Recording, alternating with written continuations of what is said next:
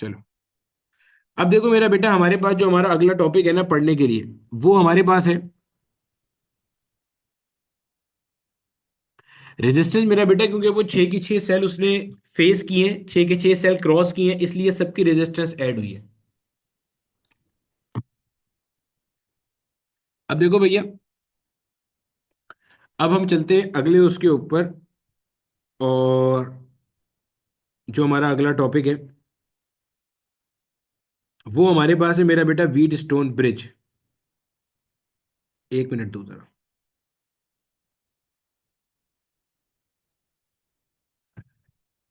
Wheat stone bridge हमारे पास क्या होता है भाई साहब? व्हीट स्टोन ब्रिज हमारे पास एक डिवाइस है जिसका काम है अननोन रेजिस्टेंस को मेजर करना। सही है। हाथ रेस करना, कितने लोग हैं जिन्होंने अपने बोर्ड लेवल या कॉलेज लेवल पे या कोचिंग लेवल पे इसको पढ़ लिया एक बार, व्हीट स्टोन ब्रिज को पढ़ा हुआ है पहले से? व्हीट स्टोन ब्रिज कुछ पता है थोड़ा बहुत क्या होता है? ए लेवल में तो नहीं है मेरे ख्याल से ये टॉपिक। पोटेंशियोमीटर तो है लेकिन व्हीट स्टोन ब्रिज नहीं है गालिबन। ऐसे ही है ना? आसान टॉपिक है, मुश्किल नहीं है, अभी पढ़ेंगे, बकरी सा टॉपिक है। चलो देखते हैं। ठीक है ठीक है, डन है डन है। देखो भैया, व्हीट स्टोन ब्रिज है क्या? व्हीट स्टोन ब्रिज इनफैक्ट खुद से कोई डिवाइस नहीं है। व्हीट स्टोन ब्रिज एक प्रिंसिपल का नाम है। इस प्रिंसिपल की मदद पे हम करते क्या है भाई? इस प्रिंसिपल की मदद पे हम अननोन रेजिस्टेंस फाइंड आउट करते हैं। कैसे करते हैं, क्या करते हैं, अभी हम सब निकालते हैं आहिस्ता आहिस्ता। देखो, पहले मुझे 2 मिनट दो, मैं ये बना लूं पहले जरा। ये भी आपको जो भी कुछ लग रहा है, ये भी आपको जो भी कुछ लग रहा है, इसको हम यहाँ पे ला रहे हैं। अब अल्टीमेटली हमारे पास ये मान लो, ये मान लीजिए, ये जो है ना हमारे पास एक कोई पॉइंट है, ठीक है। ये मान लो हमारे पास एक कोई पॉइंट है, और ये मान लो भैया हमारे पास जो है ना वो यहाँ हमने बैटरी कनेक्ट की हुई है। ये मान लो हमने बैटरी कनेक्ट की हुई है, ठीक है। और यहाँ दरमियान में हमारे पास जो है ना इस जगह पे एक कोई है गैल्वेनोमीटर। ये गैल्वेनोमीटर आ गया, सही है। ये एक पॉइंट है। अभी आहिस्ता आहिस्ता पढ़ेंगे, सब समझ में आएगा इंशाल्लाह। ये गैल्वेनोमीटर। अब लोग सर इसमें रेजिस्टेंस तो अब तक आपने बनाया ही नहीं, जो मेजर करना है हाँ, वो अभी आ रहा है। रेजिस्टेंस हमारा रह गया था, रेजिस्टेंस अब आ रहा है, ठीक है। चलो, ये मेरा बेटा हमारे पास एक रेजिस्टेंस ये रहा, एक रेजिस्टेंस ये रहा, एक रेजिस्टेंस ये रहा, एक रेजिस्टेंस ये रहा, ठीक है भैया। ये हमारे पास आ गया रेजिस्टेंसेस, इसको अब मैं कॉपी भी कर लेता हूँ। चलो, ताकि बात के लिए भी हमारे लिए आसानी हो जाए, ठीक है भैया। चलो, अब ये जो आपके सामने शक्ल नजर आ रही है ना, इसको हम कहते हैं व्हीट स्टोन अरेंजमेंट। देखो एक चीज मैं आपको फिर बता देता हूँ। अभी जब मैंने टॉपिक स्टार्ट लिया था तो मैंने भी ये वैसे गलत बोला था। व्हीट स्टोन ब्रिज कोई डिवाइस नहीं है, ठीक है। मैंने शायद बोला था व्हीट स्टोन ब्रिज डिवाइस है। I am extremely sorry for that. Wheat stone bridge ना एक प्रिंसिपल का नाम है। Wheat stone bridge is not a device, ठीक है। व्हीट स्टोन ब्रिज एक प्रिंसिपल है। इसकी बेस के ऊपर बहुत सारी डिवाइसेस बनती हैं, और ये जो आपके सामने अरेंजमेंट नजर आ रही है ना, इसको आप कहते हो व्हीट स्टोन अरेंजमेंट। और ये प्रिंसिपल क्या है वो भी हम देखते हैं थोड़ी देर में। और इसकी मदद से आप करते क्या हो? अननोन रेजिस्टेंस फाइंड आउट करते हो। क्या मतलब सर, कैसे करते हैं? देखो भाई, इस सर्किट के अंदर ना आपके पास ना चार रेजिस्टेंसेज होती हैं, R1, R2, R3 और R4। देखो R1 R2 बिल्कुल सीधी सादी मासूम सी रेजिस्टेंसेज होती हैं, सही। R3 आपके पास एक अदद वेरिएबल रेजिस्टेंस होती है लेकिन नॉन होती है। वेरिएबल है लेकिन नॉन रेजिस्टेंस है। यानी कि आप एक तरह से समझ लो रियो स्टेट है। आप इसे वेरी तो कर सकते हो लेकिन आपको पता होगा इसकी क्या वैल्यू है। आपका जो R4 है ना, ये आपके पास होती है अननोन रेजिस्टेंस। तो कई दफा R3 इस तरह से भी दी हुई होती है। यहाँ ऐसे बना के ना, ऐसे एक एरो सा बना देते हैं, जो ये बता रहा है कि R3 जो है ना वो बेसिकली क्या है, एक वेरिएबल रजिस्टर है। अच्छा, अब इसके ऊपर यहाँ पे क्या होगा, इस पे हम जाने से पहले ना मैं आपको कुछ छोटे छोटे से दो सवाल कराता हूँ। ये दो सवाल आप जितना दिमाग के ढक्कन खोल के करोगे, वो आपका जो ये व्हीट स्टोन ब्रिज का कॉन्सेप्ट है वो आपको उतने अच्छे से समझ में आएगा। तय बात है ये, ठीक है। तो अपने दिमाग के ना सारे ढकने अच्छे से खोल के ना सवाल जरा अटेम्प्ट करना, मतलब सवाल मेरे साथ साथ ही करना बस। देखो, ये मान लो मेरा बेटा एक मैंने रेजिस्टेंस बनाया है यहाँ पे, और सिमिलरली यहाँ पे मैंने एक रेजिस्टेंस और बनाया, ये ठीक है, ये बनाया एक रेजिस्टेंस और। और यहाँ पे समझ लो मेरा बेटा, मेरे पास कोई एक करंट आ रहा है, ये वही सवाल है जो हम पहले भी कर चुके हैं, कोई नया काम कुछ नहीं कर रहे हैं, ठीक है। यहाँ पे मैंने कर दिया आप 3 ओम रेजिस्टेंस, यहाँ मेरे पास है एक 6 ओम रेजिस्टेंस। अब आपको मैं बोल रहा हूँ यार मुझे बताओ ऊपर वाला करंट कितना है और नीचे वाला करंट कितना है। आप बोलोगे सर ये तो कोई टेंशन ही नहीं है, मजाक कर रहे हैं आप, हमने तो सीडीआर पढ़ा हुआ है। सीडीआर में क्या था, मान लो इस ऊपर वाले करंट को मैंने कह दिया I1, नीचे वाले करंट को मैंने क्या कह दिया भाई साहब, I2 कह दिया, सही।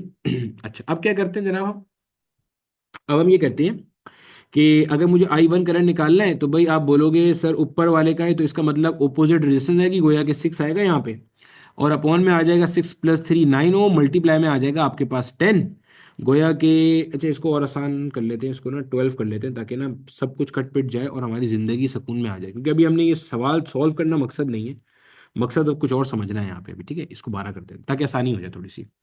तो ऊपर 6 आ गया क्योंकि मैंने ये कौन सी ब्रांच से निकाल रहा हूँ, 3 ओम वाली ब्रांच से निकाल रहा हूँ, अपॉन में क्या आ गया 6 + 3 9 आ गया। जनाब 3 2 हो गया 6, 3 3 मेरे पास क्या हो गया 9 हो गया, 3 1 और 3 4 हो गया 12, 4 को 2 से मल्टीप्लाई किया 8 एम्पेयर जनाब ऊपर वाली ब्रांच का करंट आ रहा है। और जनाब नीचे वाली ब्रांच का जो आपके पास करंट आ रहा है वो कितना आ रहा है आपके पास, नीचे वाली ब्रांच का आपके पास करंट आ रहा है, अल्लाह आपको खुश रखे, 12 एम्पियर में से 8 निकाल दो, 4 एम्पियर नीचे वाली ब्रांच का आएगा, सही समझ में आ गई बात की, कोई दिक्कत ही नहीं है। अब मैं बोलता हूँ यार ये तो देखो आपने बड़ा अच्छा काम कर दिया, अब एक और काम करो। अब आपके सामने दोबारा से ये सर्किट है, ये जो आपकी ये रेजिस्टेंस थी ना, ये ऊपर वाली रेजिस्टेंस, ये थी मेरे बेटे वेरिएबल, यानी कि इसको मैं क्या कर सकता था, इसको मैं कर सकता था वेरी कर सकता था, गोया कि इसको मैं बदल सकता था, चेंज कर सकता था। आपने बोला अच्छा सर कर लें भाई, वेरी कर लें, फिर क्या करेंगे। मैंने कहा देखो यार मैंने उस रेजिस्टेंस को ना थोड़ा सा चेंज कर दिया, और चेंज करने के बाद अब सूरत हाल ये, मैं मान के चल रहा हूँ अभी भी यहाँ से 12 एम्पियर का करंट आ रहा है, और इसको मैंने बढ़ाकर कर दिया आपकी बात 6 ओम, और ये हो गया मेरे पास 6 ओम का रेजिस्टेंस। अब मैं आपको बोलता हूँ यार एक काम करो, फिर से ना मुझे ये रेजिस्टेंस ही निकाल निकाल के दिखा दो I1 I2। आप सीडीआर के थ्रू निकालो या जिसके थ्रू मर्जी निकालो, आपके पास जो I1 का वैल्यू आएगा ना, वो आपके पास आएगा 6 एम्पियर। सर क्यों आया 6 एम्पियर, भाई निकाल के दिखा देता हूँ आपको। 6 के ऑपोजिट 6 रेजिस्टेंस, अपॉन में 6 + 6 कितना है 12 है, और 12 ही आपका टोटल करंट है, 12 से 12 मर गया, 6 एम्पियर आंसर आ रहा है। सर आपको डायरेक्ट देख के कैसे पता चल रहा था, इसलिए कि मुझे नजर आ रहा है मेरा करंट दो ऐसी ब्रांचेस में तकसीम हो रहा है जिनकी रेजिस्टेंस क्या है, एक बराबर। अब आप बोलोगे अच्छा, और I2 का वैल्यू भी आपके पास क्या हो जाएगा, I2 का वैल्यू भी आपके पास 6 एम्पियर हो जाएगा, भाई 12 में से 6 निकाल दिया तो पीछे क्या बच गया आपके पास, 6 एम्पियर बन गया, भाई मसला ही हल है, सही। अब यहां से ना आपने की टेक अवे पॉइंट्स क्या लेने हैं, मैं यहाँ पे खुदा ना खास्ता आपको पैरेलल सर्किट सॉल्व कराना नहीं सिखा रहा था, वो आप मुझसे बेहतर सॉल्व कर सकते हो। अभी यहाँ पे आपके की पॉइंट्स क्या हैं जो आपने जहन में रखने हैं, गौर से देखना जरा सवाल को, क्योंकि हम फिर जाएंगे व्हीट स्टोन पर। आपने ये देखा कि जब मैंने रेजिस्टेंस को वेरी किया, जब मैंने रेजिस्टेंस को वेरी किया, तो उस ब्रांच में से फ्लो होने वाला आई ब्रांच क्या हो गया, ये चेंज हो गया ना, आई ब्रांच क्या हो गया, चेंज हो गया, समझ में आती है ये बात, आई ब्रांच गॉट चेंज्ड। और आपने ये भी नोट किया कि जब मैंने ब्रांच की रेजिस्टेंस बढ़ा दी तो उस ब्रांच का करंट कम हो गया। सर ये कैसे पता चला आपको, भैया देखो, पहले I1 कितना था 8 एम्पियर, अभी I1 कितना हो गया भाई 6 एम्पियर हो गया। जब मैंने ब्रांच की रेजिस्टेंस बढ़ाई, पहले मेरे ब्रांच की रेजिस्टेंस थी 3 ओम, अब कितनी कर दी 6 ओम। भाई जब मैंने ब्रांच की रेजिस्टेंस बढ़ा दी तो मेरे पास करंट क्या हो गया, कम हो गया। तो ये दो पॉइंट्स हाथ रेस कर दो कितने लोगों को रिवाइज हो गए, पढ़े तो पहले भी थे शायद देखे ना हो हमने ऐसे, हाथ रेस करो कितने लोगों को ये दो पॉइंट रिवाइज हो गए कि हाँ यार ये बात हमने पढ़ी तो थी, कहीं ना कहीं क्लिक कर रही है कि पैरेलल ब्रांच में जब भी होगा करंट हमेशा दोनों ब्रांचेस में जाएगा। रेजिस्टेंस चेंज करेंगे तो ब्रांच का करंट डेफिनेटली चेंज हो जाएगा, रेजिस्टेंस बढ़ाएंगे तो ब्रांच का करंट कम हो जाएगा, और रेजिस्टेंस कम करेंगे तो ब्रांच का करंट बढ़ जाएगा। बोलो समझ आ गया।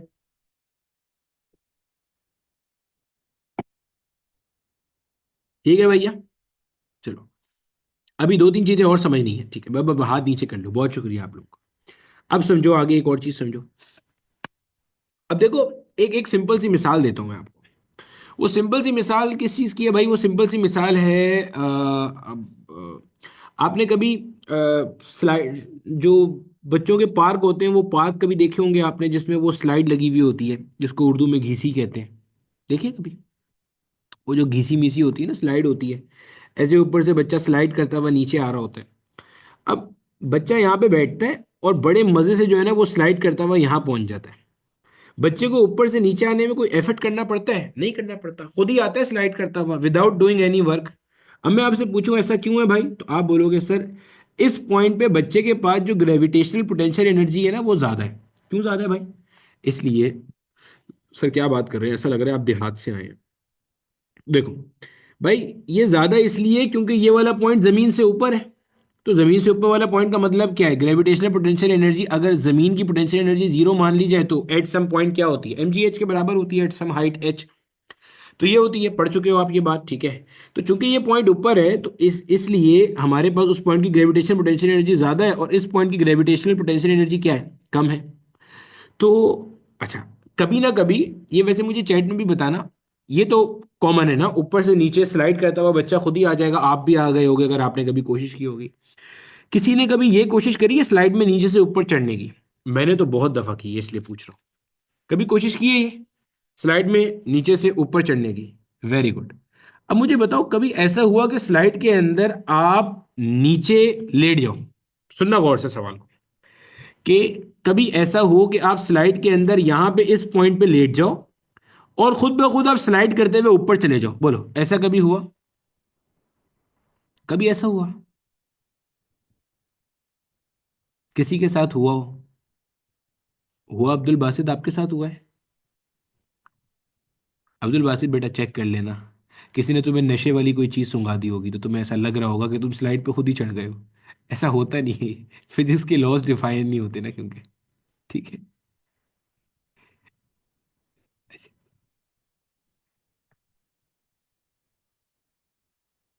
चलो, अच्छा, इससे आपने सीखा क्या?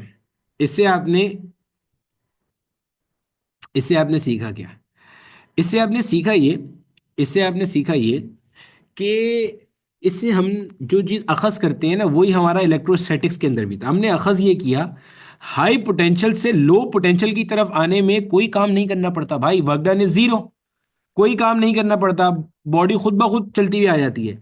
लेकिन अगर आपने लो पोटेंशियल से हाई पोटेंशियल की तरफ जाना है तो आपको वर्क डन करना पड़ता है। External agent is suppose to do work. भाई अगर आप स्लाइड के नीचे बैठे हो तो आपको उसमें अपनी एनर्जी खर्च करनी पड़ती है, तब जाके आप स्लाइड के ऊपर जाओगे। ठीक है भैया, अब जहन में रख लीजिएगा, एक मिनट दो जरा।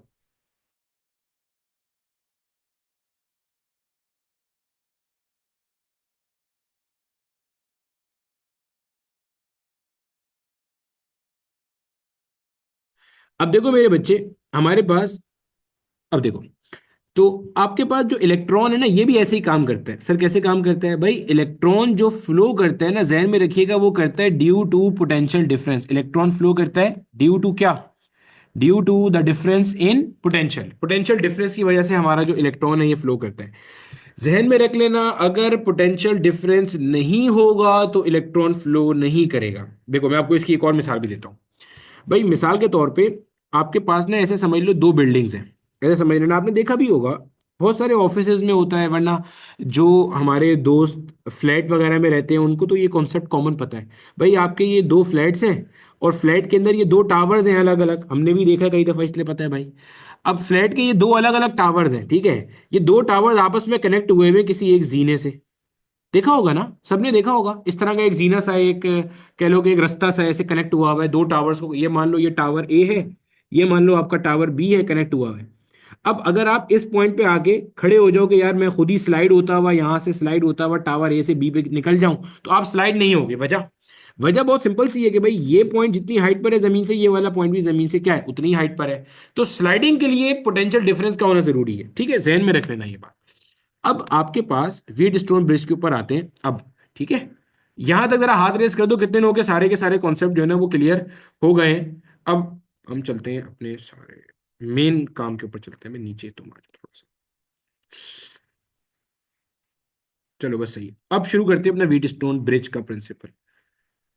वो अदाकारियां कर रहे हैं, जरा इसको यहाँ ले आए, चलो। अब समझो, अब देखो मेरा बेटा गौर से समझना, सही है। अब हमने अपनी सारी जितनी हमें बेसिक्स चाहिए थी ना वो हमने पढ़ ली अच्छे से, दिमाग के ढक्कन शक्कन खोल लिए। इसको कह देते हैं R1, इसे कहते हैं R2, इसे कहते हैं R3। R1 R2 का भाई कोई ताल्लुक ही नहीं है, ठीक है। R3 का ताल्लुक है, क्योंकि इसी को आप चेंज करोगे, यही आपका नोन या वेरिएबल रेजिस्टेंस है। इसी को आप चेंज करते रहोगे। और ये है आपका R4। अब देखो मेरे बच्चे करते क्या है, सही।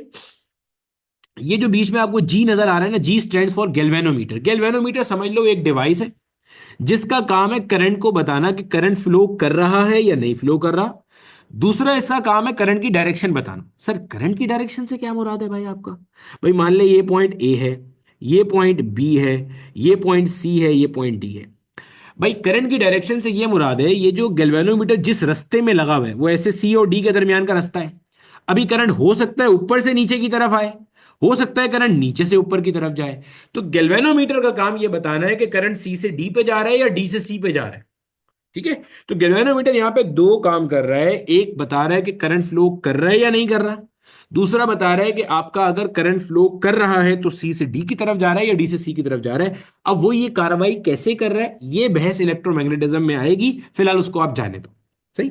फिलहाल आपको नहीं पता ये गैल्वेनोमीटर क्या कर रहा है, उसमें tau is equal to BINA cos alpha चल रहा है, उसमें मैग्नेटिक टॉर्क प्रोड्यूस हो रहा है, उसकी कॉइल रोटेट कर रही है, वो सब भाड़ में गया, आपको पता ही कुछ भी नहीं है। आपको बस इतना पता है गैल्वेनोमीटर एक इंस्ट्रूमेंट है जिसका काम क्या है करंट को बताना, करंट को डिटेक्ट करना और करंट की डायरेक्शन बताना कि करंट आपके पास किस डायरेक्शन में मूव कर रहा है। ठीक है। अच्छा, अब मेरा बेटा होगा क्या भाई? होगी सूरत हाल ये कि भाई बैटरी कनेक्ट हुई हुई है, यहां से कुछ करंट आई आपके पास आ जाएगा उठ करके इस जगह पे। ठीक है। अब ये जो करंट आई आपके पास आएगा इसके हो जाएंगे दो टुकड़े, एक करंट आई वन, एक करंट आई टू यहां जाएगा। आई वन आई टू किस बेस पे तय होगा? आई वन आई टू इस बेस पे तय होगा कि यार इस ब्रांच की रेजिस्टेंस क्या है और इस ब्रांच की रेजिस्टेंस क्या है। अभी पीछे देख कर आए हम, ब्रांच की रेजिस्टेंस तय करेगी आपके पास करंट कितना ऊपर जा रहा है कितना नीचे जा रहा है। सही हो गया। अब सवाल कहानी समझिएगा, हो क्या रहा है यहां पे। ठीक है। कार्रवाई समझना कि यहां पे होता क्या है या किस तरीके से ये आपके पास कहानी होती है। हम थोड़ी देर के लिए मान लेते हैं, आसानी के लिए मान लेते हैं कि हमारे पास जो आर वन है ना, आर वन का वैल्यू है, आर वन का वैल्यू हमारे पास जो है ना वो मेरा बेटा है 2 ओम्स। ठीक है। आर वन का वैल्यू मेरे पास कितना है? 2 ओम्स है। और आर टू का वैल्यू मेरा बेटा मेरे पास है 3 ओम्स। बेटा मुझे जरा 5 मिनट दो, मैं 1 मिनट में मतलब 5 मिनट दो, 5 मिनट में आ। एक साहब आए, उनको जो है ना वो मैं एक रास्ता दिखा के आया।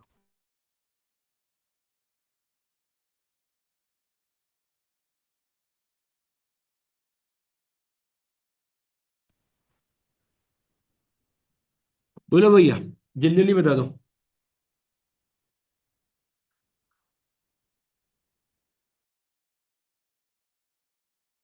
चलो, अब देखो मेरा बेटा, अब हमारे पास यहाँ पे कहानी किस तरह से चल रही है मैं आपको समझा देता हूँ भाई। मिसाल के तौर पे ये मान लो कि आपके पास ना ये आर वन जो है ना ये 2 ओम है और आर थ्री आपके पास कितने 3 ओम की रेजिस्टेंस है। ठीक है।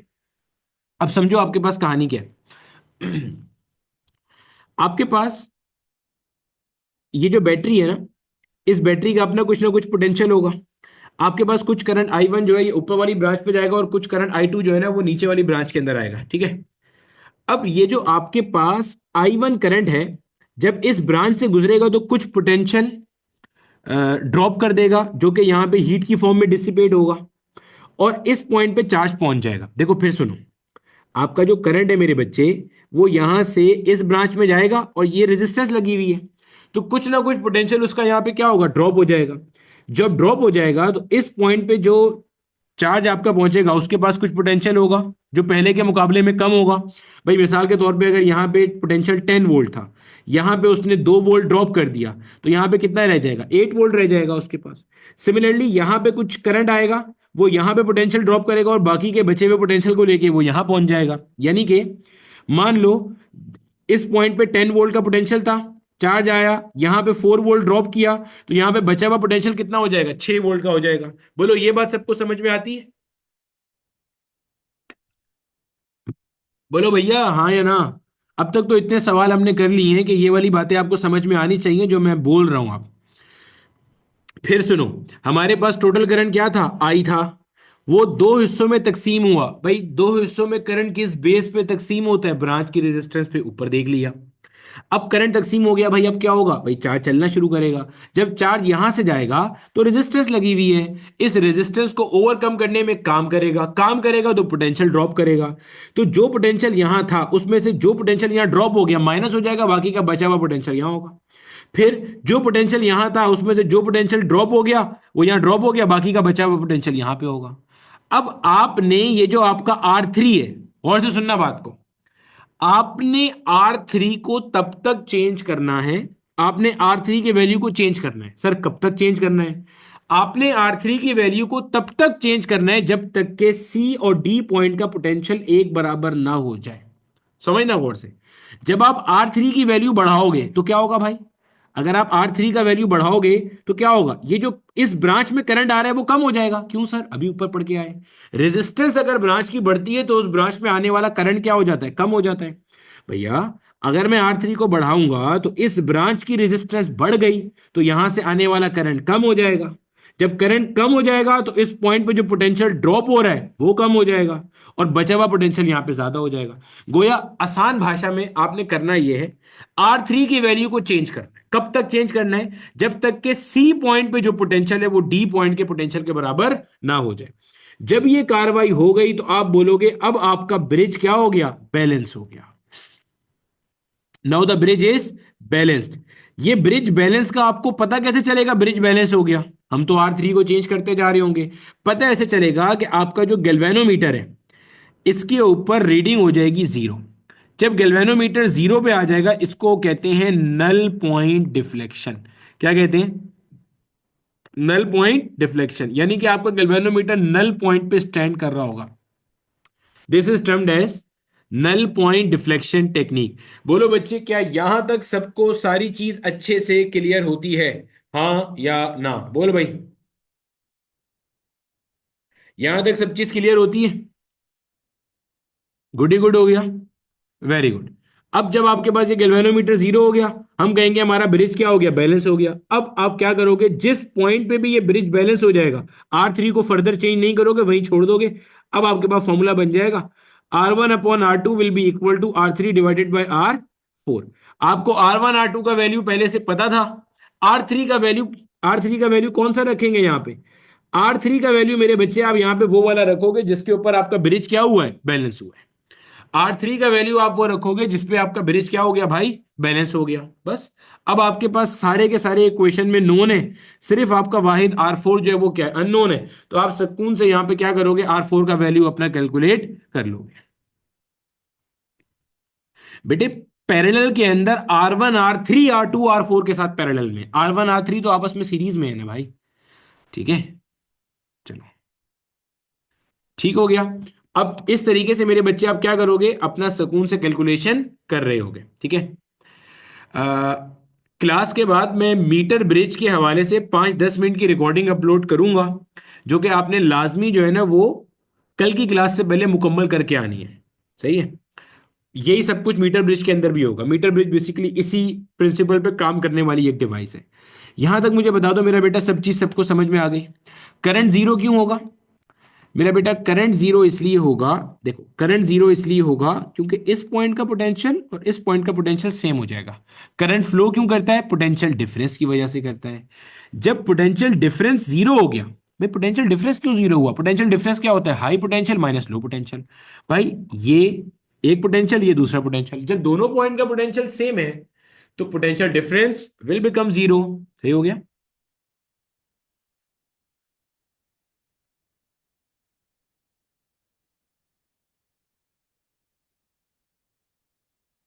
आई जी से मुराद है मेरा बेटा current passing through galvanometer. Current passing through galvanometer. जी मेरा बेटा, टोटल आपके पास व्हीट स्टोन ब्रिज यही था बस। सही है भैया। व्हीट स्टोन ब्रिज का टॉपिक सबको क्लियर हो गया? व्हीट स्टोन ब्रिज में करना क्या होता है? R3 को चेंज करते हैं। कब तक चेंज करते हैं? जब तक कि आपके पास सी और डी पॉइंट का पोटेंशियल सेम ना हो जाए। जब सी और डी पॉइंट का पोटेंशियल आपके पास सेम हो जाएगा, बस ब्रिज बैलेंस हो गया। बस उसके बाद क्या करेंगे? अब अल्टीमेटली आपने उसके बाद R1/R2 is equal to R3/R4 इस्तेमाल करना है, और उसके बाद आपको अननोन रेजिस्टेंस मिल जाएगी। ठीक है ये भैया। तो हमारे पास जो डिस्टॉर्शन आई थी उससे पहले हम जो बात कर रहे थे, ये करंट आई मेरा बेटा हमारे पास दो हिस्सों में डिवाइड हो जाएगा, एक I1 हो जाएगा, एक I2 हो जाएगा। ठीक है। फिर मैंने आपको ये बात बताई थी कि I1 और I2 ना तो लाजमी है कि हमेशा बराबर होंगे, ना ये लाजमी है कि वो हमेशा अलग अलग होंगे। ये डिपेंड करेगा कि आपके पास आगे जो रेजिस्टेंस कनेक्ट हुई है ना वो किस तरह की है। I1 I2 will depend on the resistance. ठीक है। अगर आपके पास रेजिस्टेंस कम है तो वहां से करंट ज्यादा जा रहा होगा, ये भी हम आगे प्रैक्टिकली क्वेश्चंस में भी देखेंगे। और जहां पे आपके पास रेजिस्टेंस ज्यादा होगी वहां पे आपके पास करंट कम जा रहा होगा। ठीक हो गई बात की हमें समझ में आती है? अच्छा, यहां से हमारे पास करंट आई आया था, दो हिस्सों में तकसीम हो गया। आप फिलहाल एक करंट को देखो, ये जिसको मैंने एरो बना के शो किया। आई टू को फिलहाल आप भाड़ में जाने दो, सिर्फ आई वन को देखो। बेटे ये जो आपका आई वन करंट है, जब ये इस पॉइंट सी पे पहुंचेगा, गौर से सुनिएगा, जब ये इस पॉइंट सी पे पहुंचेगा तो आप नोट करो इसको फिर से दो रास्ते नजर आ रहे हैं। एक रास्ता सी से ऐसे नीचे जा रहा है डी की तरफ, एक रास्ता यहां जा रहा है। चेक करो, दो रास्ते दिख रहे हैं। मतलब एक रास्ता क्या है कि करंट सी से होता हुआ कहां निकल जाए, डी की तरफ चला जाए। दूसरा है कि सी से कहां चला जाए, बी की तरफ चला जाए। तो करंट फिर से दो रास्ते हैं। सिमिलरली आप नोट करो, जो करंट आपके पास यहां पे आई टू आया इस जगह पे, इसके पास भी दो रास्ते हैं। एक ऐसे ऊपर होता हुआ सी पे जाए, और दूसरा क्या है, डी से होता हुआ बी पे जाए। यानी कि पहले आपने नोट किया कि भाई एक टोटल करंट यहां पहुंचा, इस पॉइंट के बाद दो रास्तों में डिवाइड हो गया, एक ऊपर जा रहा है एक नीचे जा रहा है। अगर सिर्फ ऊपर वाले की बात करें तो सी पे आने के बाद इसको फिर दो रास्ते दिख रहे हैं। नीचे वाले की बात करें तो जो यहां पे आ रहा है इसको डी पे आने के बाद फिर दो रास्ते दिख रहे हैं, यहां पे और यहां पे। ठीक है, ये हमारी बेसिक सी बात हो गई, जो आपको समझ में भी आ रही होगी और नजर भी आ रही होगी। अब करंट जो फ्लो करता है वो किस खुशी में फ्लो करता है या क्यों फ्लो करता है, तो अपने पास जहन में रखिएगा। करंट के फ्लो करने के लिए, करंट के गुजरने के लिए, करंट के फ्लो करने के लिए मेरा बेटा जो लाजमी चीज है ना, वो होती है potential difference. Sir potential difference क्या है, चलो समझते हैं। ये सपोज कर लो मेरा बेटा, हमारे पास एक कोई वायर है। ठीक है, एक कोई वायर है, और इस वायर के ना हमारे पास मान लेते हैं कि दो एंड्स है। एक एंड ये वाला एंड है, ठीक है बच्चे, और एक एंड मेरा बेटा हमारे पास ये वाला एंड है। एंड बी हो गया, दो एंड हो गए हमारे पास वायर के।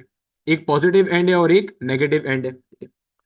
अगर आपके पास एक एंड के ऊपर पोटेंशियल पॉजिटिव है और एक एंड के ऊपर पोटेंशियल नेगेटिव है, इसका मतलब क्या है कि दोनों एंड्स के दरमियान में पोटेंशियल का डिफरेंस मौजूद है। भाई पोटेंशियल डिफरेंस क्या होता है कि ए और बी का पोटेंशियल अलग अलग होगा।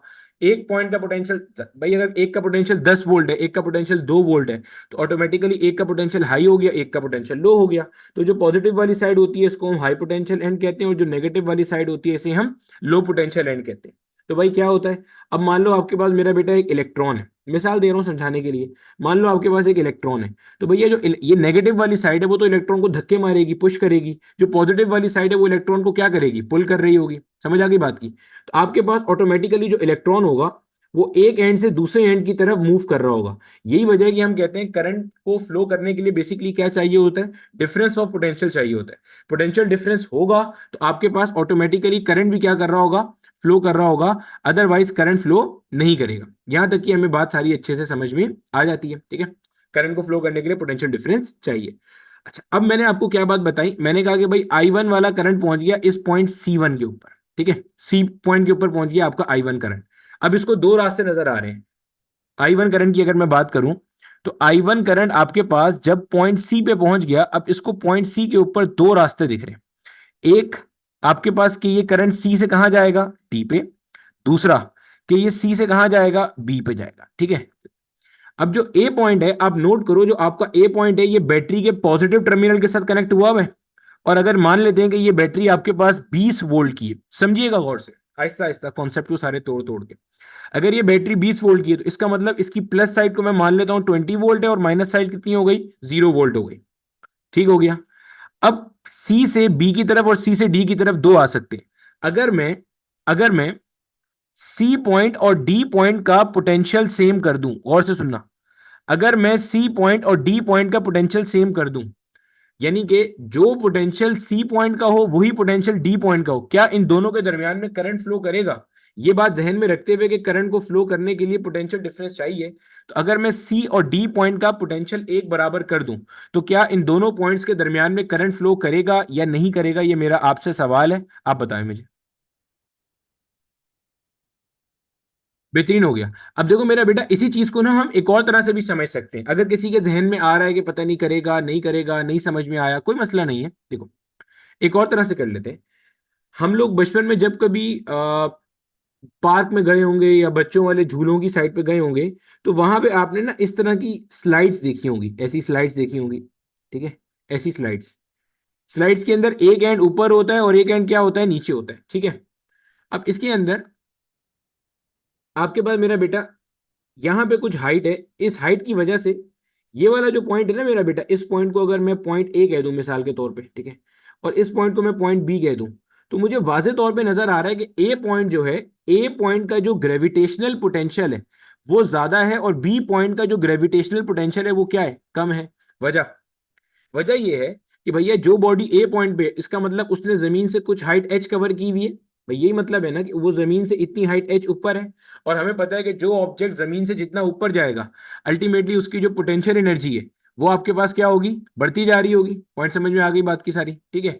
तो जनाबे वाला होता हमारे पास क्या है, अगर जैसे आप स्लाइड के ऊपर जाते हो और आप अपने आप को यहां से फ्री टू मूव छोड़ दो तो आप ऑटोमेटिकली ऊपर से क्या होगे, नीचे आना शुरू हो जाओगे। पॉइंट समझ आ गया। अच्छा, अब आप नोट करो, ए से बी पे आना आसान है यहां पे, यानी कि ए से बी के ऊपर आप विदाउट डूइंग एनी वर्क खुद ब खुद आओगे और इसको हम कहते हैं फ्लो करते हुए आओगे, बहते हुए आओगे, काम नहीं करना पड़ेगा।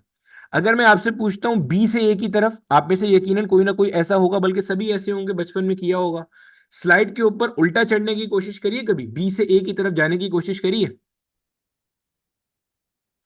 करिए, मुश्किल होती है ना, काम करना पड़ता है। ठीक है, पॉइंट समझ में आ रहा है। उसमें आप बह नहीं सकते, उसमें आप फ्लो नहीं कर सकते, उसमें आपको वर्क डन करना पड़ रहा है, यानी कि work done is non zero. You have to do work against the gravity. अगर आप कहां से कहां जाना चाह रहे हो, बी से ए पे जाना चाह रहे हो, तो आपने यहां से कंक्लूजन क्या निकाला, कंक्लूजन ये निकला कि हाई पोटेंशियल से लो पोटेंशियल की तरफ कोई भी चीज खुद से आती है, कोई काम नहीं करना पड़ता। पॉइंट समझ में आ रहा है, खुद से आती है, काम वर्क नहीं करना पड़ता।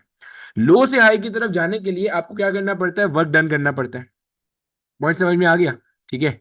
अब अल्टीमेटली अगर आपके पास मिसाल के तौर पे ये दो पैरेलल स्लाइड्स है मेरे पास, एक स्लाइड का नाम मैंने रख दिया स्लाइड 1, एक स्लाइड का नाम मैंने रख दिया स्लाइड 2। अगर मैं इसके दरमियान में ऐसे एक ब्रिज कंस्ट्रक्ट करूं, ऐसे एक ब्रिज कंस्ट्रक्ट कर दूं इस जगह पे, ये मान लो मैंने एक ब्रिज कंस्ट्रक्ट कर दिया इस तरह से। अब नोट करो, जो ब्रिज है इस ब्रिज की दोनों साइड से हाइट आपको एक बराबर नजर आ रही है, चेक करो। इस पॉइंट की भी हाइट जमीन से वही है, इस पॉइंट की भी हाइट जमीन से वही है। तो अगर आप ए से स्लाइड करते हुए आ रहे हो तो आप ए से बी की तरफ तो जा सकते हो, लेकिन आप स्लाइड करते हुए यहां पे, अगर मान लेते हैं इस पॉइंट को मैंने डी का नाम दे दिया, इस पॉइंट को डी कह देते हैं, इस पॉइंट को सी कह देते हैं। बच्चे आप ए से स्लाइड करते हुए क्या डी की तरफ से निकल सकते हो, नहीं, क्योंकि ये जो ग्रीन वाली चीज है, ये जो ग्रीन वाली मैंने ब्रिज बनाई हुई है, इसके ऊपर आप स्लाइड कर सकते हो, नहीं कर सकते। क्यों? क्योंकि ये बिल्कुल हॉरिजॉन्टल है, पैरेलल टू एक्स एक्सिस है। अगर आपने एक ब्रिज से दूसरे ब्रिज पे जाना है, ये जो मैंने बनाया हुआ है, इसके ऊपर आप चलकर तो जा सकते हो लेकिन स्लाइड करके नहीं जा सकते। No sliding possible. क्या ये वाला पॉइंट सबको समझ में आया है कि आप एक ब्रिज से दूसरे एक स्लाइड से दूसरे स्लाइड पर इस ग्रीन ब्रिज के थ्रू होते हुए स्लाइड करते हुए नहीं जा सकते, चल के जा सकते हो, वॉक करके जा सकते हो, लेकिन स्लाइड करने का मतलब क्या होता है, बहना, अपने आप को छोड़ दिया, काम खुद ब खुद हो रहा है। अगर कोई बंदा इस पॉइंट पर आए, यहां पर आए और अपने आप को छोड़ दे तो वो बहता हुआ दूसरे एंड पे नहीं चला जाएगा। ये बात सबको समझ आ रही है?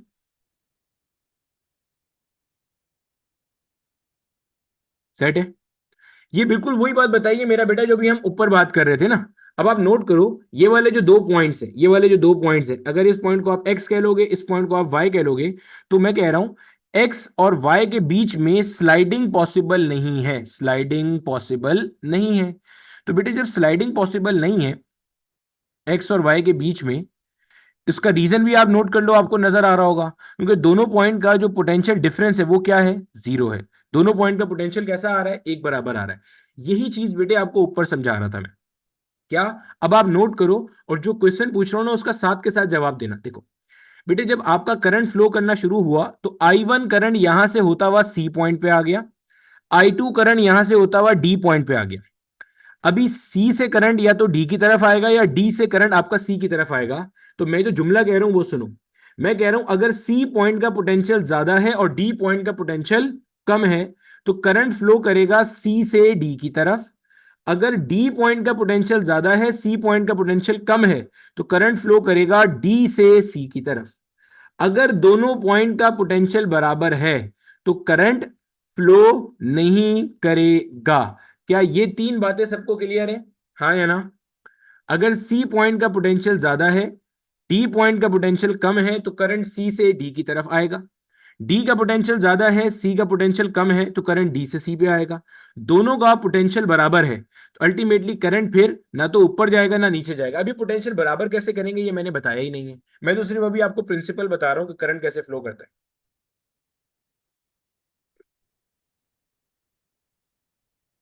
ये बात क्लियर हो गई जितनी बात बताई है?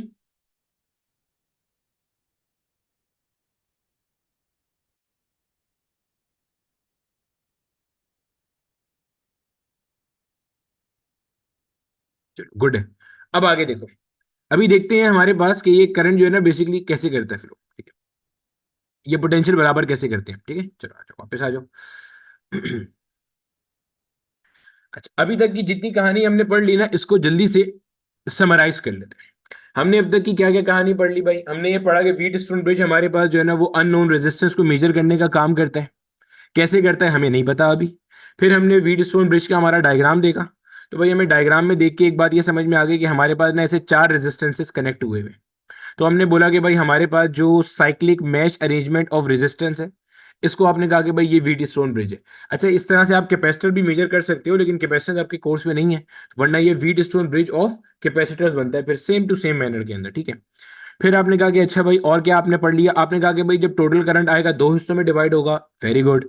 फिर आपने कहा कि जब I1 करंट ऊपर पहुंचेगा, I2 करंट यहां पहुंचेगा, तो जो गैल्वेनोमीटर वाला जंक्शन है यानी कि सी और डी के बीच का, इसमें से करंट उसी केस में फ्लो करेगा जब सी और डी का पोटेंशियल अलग अलग होगा, ठीक है।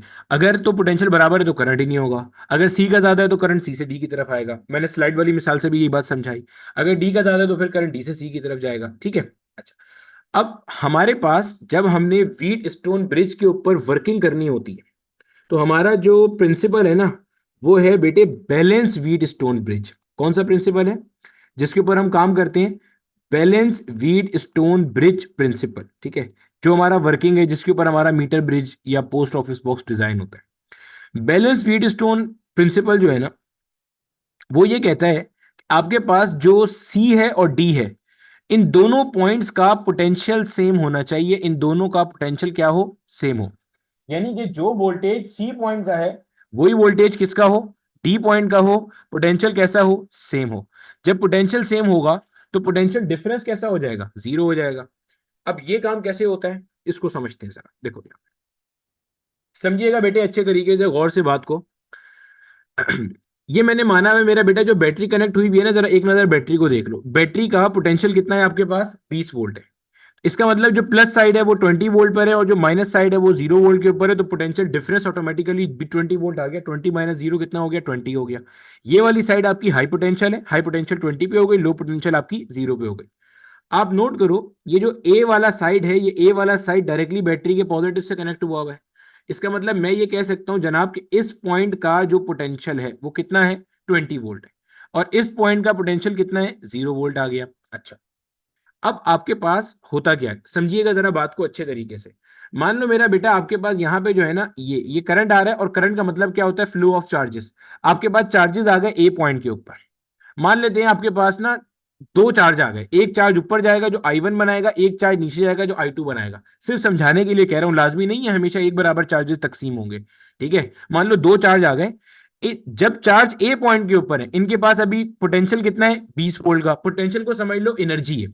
जैसे आप किसी सफर पे रवाना होते हो तो आप अपने पास कुछ पैसे लेके चलते हो ना, ताकि आपके सफर की जो जरूरियात हैं वो पूरी हो सके। बिल्कुल ऐसे ही जब चार्ज आगे अपने सफर पे रवाना हो रहा है, यहां हो जाएगा और यहां जाएगा एक एक चार्ज, तो इसके पास जो इस वक्त पोटेंशियल एनर्जी है वो कितनी है? 20 वोल्ट के बराबर है, ठीक है। अच्छा, अब जो चार्ज यहां गया इसके पास भी 20 वोल्ट है, जो चार्ज यहां गया इसके पास भी क्या है? 20 वोल्ट है। पॉइंट समझ आती है? बेहतरीन हो। अब क्या हुआ आपके पास यहां पे R1 रेजिस्टेंस की जो वैल्यू थी ना, मान लेते हैं कि हमारे पास जो I1 है, I1 जो तकसीम हुआ वो 2 एम्पेयर था। ये सिर्फ समझाने के लिए मिसालें ले रहा हूं, ये मेरी अपनी न्यूमेरिक वैल्यूज है, ठीक है। सिमिलरली जो I2 था, वो मान लेते हैं हमारे पास आया 5 एम्पेयर, ठीक है, 5 एम्पेयर आया।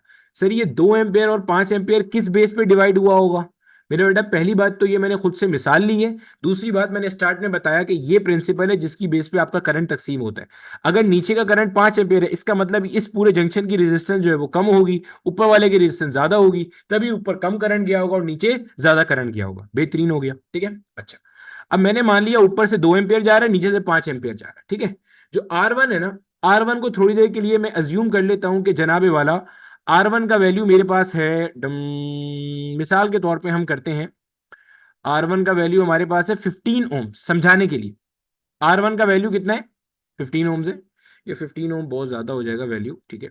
R1 का वैल्यू आप कर लो, R1 का वैल्यू हमारे पास है 5 ओम कर लो, ठीक है 5 ओम कर लो, ये भी मैंने समझाने के लिए मिसाल ली है। और R2 का वैल्यू आप कर लो कितना है आपके पास 2 ओम है, ठीक है। अच्छा देखो भैया, अब ये I1 मैंने कितना माना हुआ है 2 एम्पियर, 2 एम्पियर यहां से गुजरेगा, यहां पे क्या कनेक्ट हुआ हुआ है रेजिस्टेंस R1 कनेक्ट हुआ हुआ है, यानी कि ये रेजिस्टेंस R1 को फेस करेगा। और हमें ये बात पता है जब कभी भी कोई चार्ज, कोई करंट रेजिस्टेंस फेस करता है, तो in order to overcome the resistance work has to be done. Sir ये क्या बात बताई आपने, ये फिर से बता दें। देखो हमारे पास बचपन में आपने स्कूलों में रिले रेस देखी होगी। मेरा बेटा रिले रेस क्या हुआ करती थी, जिसके अंदर रिले रेस या ऑब्स्टिकल रेस ज्यादा बेहतर हो जाएगा, ऑब्स्टिकल रेस से समझ लो। ऑब्स्टिकल रेस में क्या होता था मेरा बेटा, ऐसे ये स्टार्ट लाइन थी, स्टार्ट लाइन से जो है ना वो आप मूव करना शुरू करते थे, और आपके पास ना ऐसे थोड़े फासले के बाद ना एक ऑब्स्टिकल रखा होता था। आप क्या करते थे, ऐसे ऑब्स्टिकल पे से जंप मार के क्रॉस करते थे। अब मेरा सिंपल सा क्वेश्चन ये है, मिसाल के तौर पे जब आपने रेस शुरू करी थी, आप भाग रहे हो, अगर आपकी स्टार्ट में एनर्जी 100 जूल थी, तो ये ऑब्स्टिकल, ये वाला ऑब्स्टिकल जब आपने छलांग मार के क्लियर किया, तो क्या उसके बाद एनर्जी आपकी 100 जूल है या 100 जूल से कम हो गई? ऑब्वियस सी बात है 100 जूल से कम हो गई। मान लेते हैं आपके पास 30 जूल एनर्जी चली गई इसको ओवरकम करने में, तो आपने सीखा क्या? आपने ये सीखा, in order to overcome the resistance work has to be done, काम करना पड़ता है रेजिस्टेंस को ओवरकम करने के लिए, और उसमें क्या होता है एनर्जी लूज होती है। तो बेटे बिल्कुल सिमिलर एग्जांपल यहाँ पे आ गई, ये चार्ज आपके पास यहां से आया, अब ये चार्ज यहां से यहां जाना चाह रहा है, ए से सी पे जाना चाह रहा है, रास्ते में कौन बैठा हुआ है resistance, in order to overcome the resistance work has to be done, और जब काम करेगा तो एनर्जी लूज करेगा। अब आप चार्ज के साथ साथ चलो सब समझ में आएगा। देखो यहां पे मैंने माना हुआ दो चार्जेस आए थे, एक ऊपर गया एक नीचे गया, समझाने के लिए सिर्फ। जो दोनों चार्जेस थे दोनों के पास 20 वोल्ट की एनर्जी थी, जो चार्ज ऊपर जा रहा है उसके पास भी 20 वोल्ट, जो चार्ज नीचे जा रहा है उसके पास भी 20 वोल्ट, ठीक है। अब देखो जब चार्ज आपका R1 से गुजरेगा तो R1 रेजिस्टेंस है, in order to overcome the resistance काम करेगा, काम करेगा एनर्जी लूज करेगा, और जो एनर्जी लूज करेगा वो हम कैलकुलेट कर सकते हैं हमारे ओम्स लॉ से, V इक्वल्स आई आर। तो भैया करंट कितना फ्लो किया 2 एम्पियर, रेजिस्टेंस कितनी है 5 ओम, तो 2 5 जा 10 वोल्ट, यानी कि बच्चे इसके अक्रॉस इसने कितना ड्रॉप कर दिया, और से सुनना और साथ साथ कॉन्सेप्ट को फील करना, यहां कितना ड्रॉप कर दिया 10 वोल्ट, लेके कितना चला था 20 वोल्ट, ड्रॉप कितना कर दिया 10 वोल्ट, लेके कितना चला था 20 वोल्ट, पीछे कितना बच गया होगा 10 वोल्ट, यानी कि आपके पास पॉइंट सी का पोटेंशियल क्या हो गया 10 वोल्ट हो गया। अगर मिसाल के तौर पे यहां पे ये रेजिस्टेंस 4 ओम की होती, 20 वोल्ट लेके चला था, 2 4 जा 8 वोल्ट ड्रॉप कर देता, तो 20 - 8 12 वोल्ट यहां पे होता। फिर समझ लो, अगर रेजिस्टेंस R1 3 ओम्स का होता, 2 एम्पियर करंट यहां आया था, 2 3 जा 6 वोल्ट, 6 वोल्ट यहां ड्रॉप करता, 20 वोल्ट लेके निकला था, 20 - 6 14 वोल्ट यहां पॉइंट सी का पोटेंशियल बन जाता। ये पॉइंट समझा। जो अगर कोई यहाँ पे ओई लेवल्स का बैठा हुआ है तो आपने पोटेंशियल डिवाइडर सर्किट्स में ये चीज पढ़ी होगी, वरना जो बोर्ड लेवल का है तो आपने करंट इलेक्ट्रिसिटी के अंदर ये सब चीज देखी होगी, ठीक है। अब सिमिलरली अब नीचे भी देखो यही चीज है, आपके पास जो चार्ज नीचे गए उन्होंने नीचे वाला करंट कॉन्स्टिट्यूट किया, मैंने माना है कि भैया नीचे वाला करंट कितना है 5 एम्पियर है। अब 5 एम्पियर है, ये रेजिस्टेंस कितनी है 2 ओम है, तो भैया यहाँ पे भी वोल्टेज ड्रॉप होगा यकीनन, बिल्कुल होगा। तो भाई साहब V इक्वल्स आई आर, ठीक है। कितना करंट जा रहा है यहां से 5, और रेजिस्टेंस कितनी है 2, तो जनाब 5 टू द कितना हो गया 10 वोल्ट। ये वाले चार्जेस जो नीचे आ रहे हैं, जो नीचे आने वाले चार्जेस, वो कितना पोटेंशियल लेके निकले थे 20 वोल्ट, कितना ड्रॉप कर दिया 10 वोल्ट, तो भाई साहब पीछे कितना बचा, यहाँ पे पीछे आपके पास 10 वोल्ट बचा, ये क्या बच गया 10 वोल्ट बच गया आपके पास। अगर जो करंट आ रहा था ऊपर से, गौर से सुनना, अगर जो करंट ऊपर से आ रहा था, रेजिस्टेंस तो 2 ओम ही होती, मिसाल दे रहा हूं, अगर करंट जो ऊपर से आ रहा था वो 4 एम्पियर होता, 5 ना होता, मिसाल दे रहा हूं, तो पोटेंशियल ड्रॉप कितना होता 4 2 जा 8 वोल्ट ड्रॉप होता, तो 20 वोल्ट लेके निकले थे, 8 वोल्ट ड्रॉप हो गया, यहां कितना आ रहा होता 12 वोल्ट आ रहा होता। आपने सीखा क्या? आपने ये सीखा कि आपके पास जब चार्ज यहां से जाएगा और जब चार्ज यहां से जाएगा, तो जो पोटेंशियल ड्रॉप करेंगे उसको माइनस कर देंगे, जो बचा हुआ पोटेंशियल होगा वो किसका पोटेंशियल बना रहा होगा सी और डी पॉइंट का पोटेंशियल। बोलो यहां तक का कॉन्सेप्ट सबको क्लियर है अच्छे से? इतनी बात फील हो गई तो हम आगे चलते। अब देखो, अब अभी तक की जो हमने कहानी समझ ली है ना, और मेक श्योर कर लिया कि मैं बात क्लियर है, वो ये बात इतनी क्लियर हो गई कि यहां से जो चार्ज पोटेंशियल लेकर आएगा यहां ड्रॉप करेगा, माइनस करके बचा हुआ यहां आ रहा होगा, जो पोटेंशियल यहां आएगा यहां जाएगा ड्रॉप करेगा, जो बचा हुआ होगा वो यहां पे आ रहा होगा। अब देखो मेरा बेटा, सी और डी पॉइंट का पोटेंशियल कौन तय करेगा? सी और डी पॉइंट का पोटेंशियल तय करेगा कि यहां पे पोटेंशियल ड्रॉप कितना हुआ है। गौर से सुनना और समझना, जितना पोटेंशियल यहां पे ड्रॉप होगा उसी को तो जाहिर है आपने यहां से माइनस किया तो आपको ये वाला पोटेंशियल मिल रहा है, अगर आप चाहते हो कि सी पॉइंट और डी पॉइंट का पोटेंशियल एक बराबर हो, तो करना क्या पड़ेगा आपको, ये जो करंट है ना इसकी सेटिंग इस तरह से करनी पड़ेगी। आप रेजिस्टेंस कंट्रोल नहीं कर सकते, आप क्या कंट्रोल कर सकते हो, करंट कंट्रोल कर सकते हो। देखो, करंट चेंज करने से भी पोटेंशियल ड्रॉप चेंज हो जाएगा। कैसे, देखो समझो। भाई अभी ऊपर करंट कितना है, 2 एम्पियर, रेजिस्टेंस कितनी है, 5 ओम, तो 2 5 हो रहा है 10 वोल्ट। अगर मैं करंट ऊपर से जाने वाला बढ़ा के 3 एम्पियर कर दूं, तो यहां पोटेंशियल ड्रॉप बढ़ जाएगा।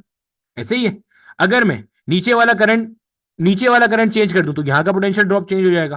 तो आप करंट कंट्रोल करते हो। अब समझना आपके व्हीट स्टोन ब्रिज में होता क्या है। व्हीट स्टोन ब्रिज में आपके पास जो अननोन रेजिस्टेंस आपने फाइंड करनी होती है, आपके पास ना 3 नोन रेजिस्टेंसेज होती हैं। 3 रेजिस्टेंसेज आपको पता होती हैं, और एक आपके पास अननोन रेजिस्टेंस होती है। तो 3 नोन रेजिस्टेंस की मदद से आप एक अननोन रेजिस्टेंस की वैल्यू फाइंड आउट करते हो। आपके पास इसके अंदर भी R1 R2 फिक्स होता है। R1 R2 फिक्स होता है, R1 R2 के साथ कोई मजाक नहीं होता, R1 R2 अपनी जगह फिक्स होते हैं। जो R3 रेजिस्टेंस होती है, ये आपके पास नोन होती है और वेरिएबल होती है। किसी किसी किताब में R4 को नोन और वेरिएबल लिखा होता है, किसी किसी किताब में R3 को लिखा होता है। ठीक है, मतलब आपके पास R1 R2 फिक्स है, वो नहीं चेंज होता। आपके पास चेंज क्या होता है, R3 चेंज होता है या R4 चेंज होता है। अगर R3 चेंज हो रहा है, तो R4 आपके पास अननोन रेजिस्टेंस होगी। ठीक है, अच्छा ये ध्यान में रखना, इससे परेशान नहीं होना कि सर ये नोन है तो वेरी कैसे कर रहा है। मेरा बेटा, आप लोगों ने अपने कॉलेजेस के अंदर रेजिस्टेंस बॉक्सेस देखे होंगे। रेजिस्टेंस बॉक्स क्या होता है, एक डिफरेंट कॉम्बिनेशन आप रेजिस्टेंस के बना सकते हो। नॉन रेजिस्टेंस होती है, लेकिन आप अपनी मर्जी से बढ़ा भी सकते हो, कम भी कर सकते हो। मतलब आपको पता है यहां रेजिस्टेंस की क्या वैल्यू है, बस आपके हाथ में है आप रेजिस्टेंस बढ़ाओ या कम करो। अब देखो बच्चे, इससे हम चीज को ना कंट्रोल कैसे करते हैं, जरा समझिएगा ये बात को। मिसाल से समझना बात को, ताकि आपको ना बात क्लियर हो जाए अच्छे से। देखो, मान लेते हैं कि भैया यहां पे हमारे पास जो है ना, अब थोड़ी प्रैक्टिकल एग्जांपल पे आ जाते हैं।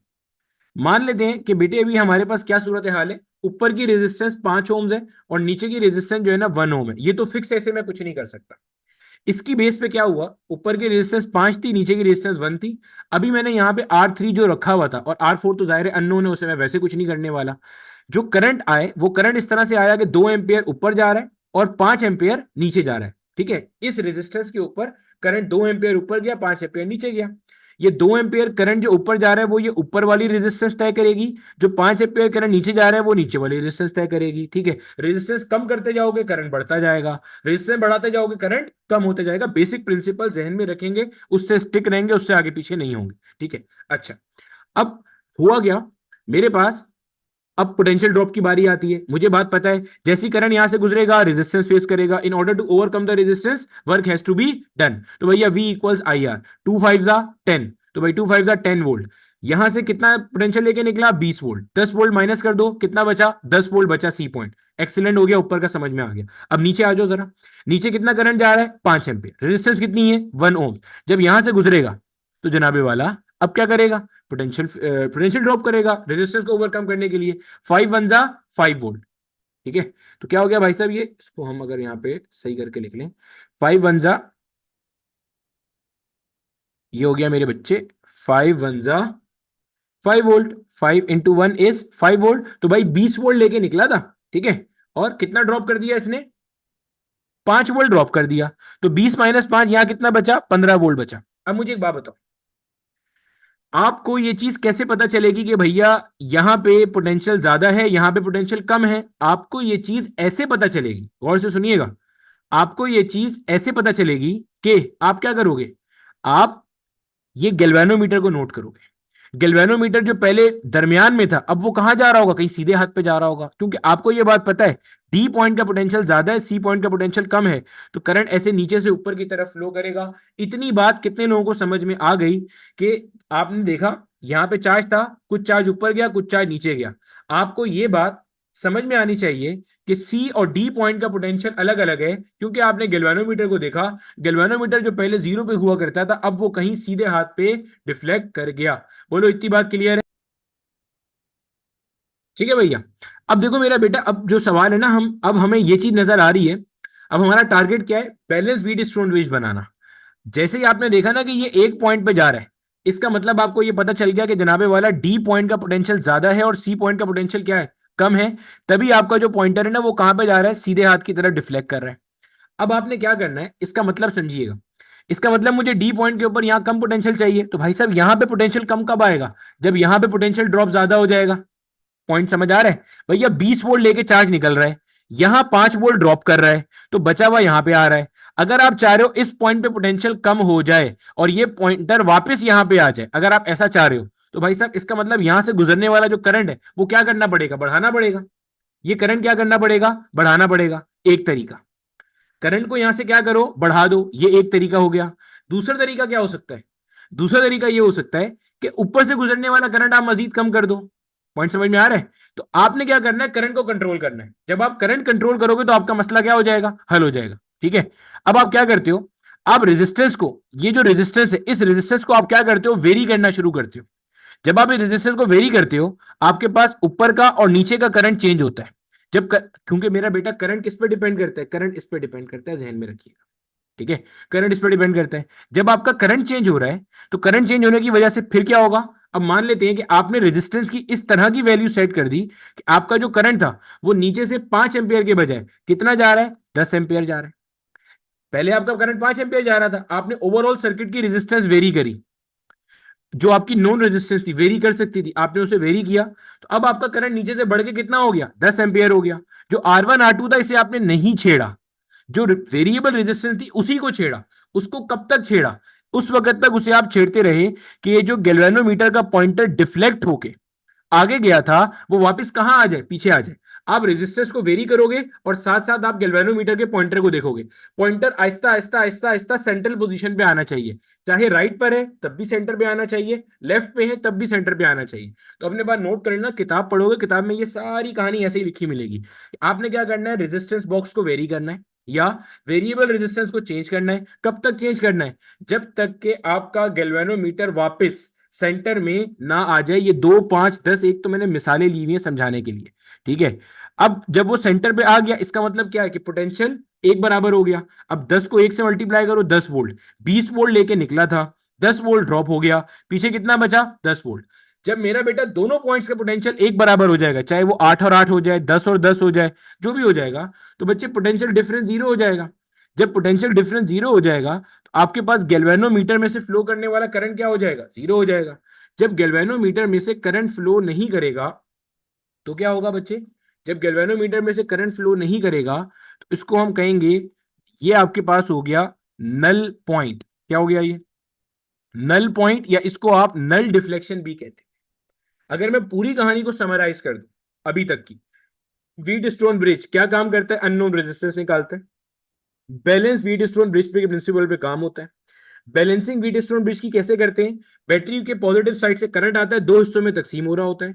जो रेजिस्टेंस कनेक्ट हुई होती है उनकी बेसिस पे करंट तकसीम होता है। करंट ऊपर ज्यादा जाएगा या नीचे जाएगा, डिपेंड करता है कि भाई ऊपर वाले पाथ में रेजिस्टेंस ज्यादा मिल रही है या नीचे वाले पाथ में रेजिस्टेंस ज्यादा मिल रही है। आपने क्या करना होता है, आपने ब्रिज को बैलेंस करना है। बैलेंस करने का मतलब ये कि जिस एंड पे गैल्वेनोमीटर लगा हुआ है उसके अक्रॉस में आपका करंट सेम हो जाए, पोटेंशियल सेम हो जाए। पोटेंशियल सेम हो जाएगा तो पोटेंशियल डिफरेंस जीरो हो जाएगा। गैल्वेनोमीटर से कोई करंट पास नहीं करेगा। जब गैल्वेनोमीटर में से कोई करंट पास नहीं करेगा तो भैया हमें समझ में आ जाएगी ये बात कि हमारे पास ब्रिज हमारा बैलेंस हो गया। अब जब ब्रिज बैलेंस हो गया तो आप अपनी इक्वेशन यूज करते हो, R1 / R2 is equal to R3 / R4। इसको याद भी रखने का आसान सा तरीका ये है कि भाई गैल्वेनोमीटर ये देख लो वापस, गैल्वेनोमीटर के उल्टे हाथ वाली रेजिस्टेंसेस का रेशियो गैल्वेनोमीटर के सीधे हाथ वाली रेजिस्टेंस के रेशियो के बराबर होना चाहिए। R1 / R2 उल्टे हाथ वाली है, R3 / R4 सीधे हाथ वाली है।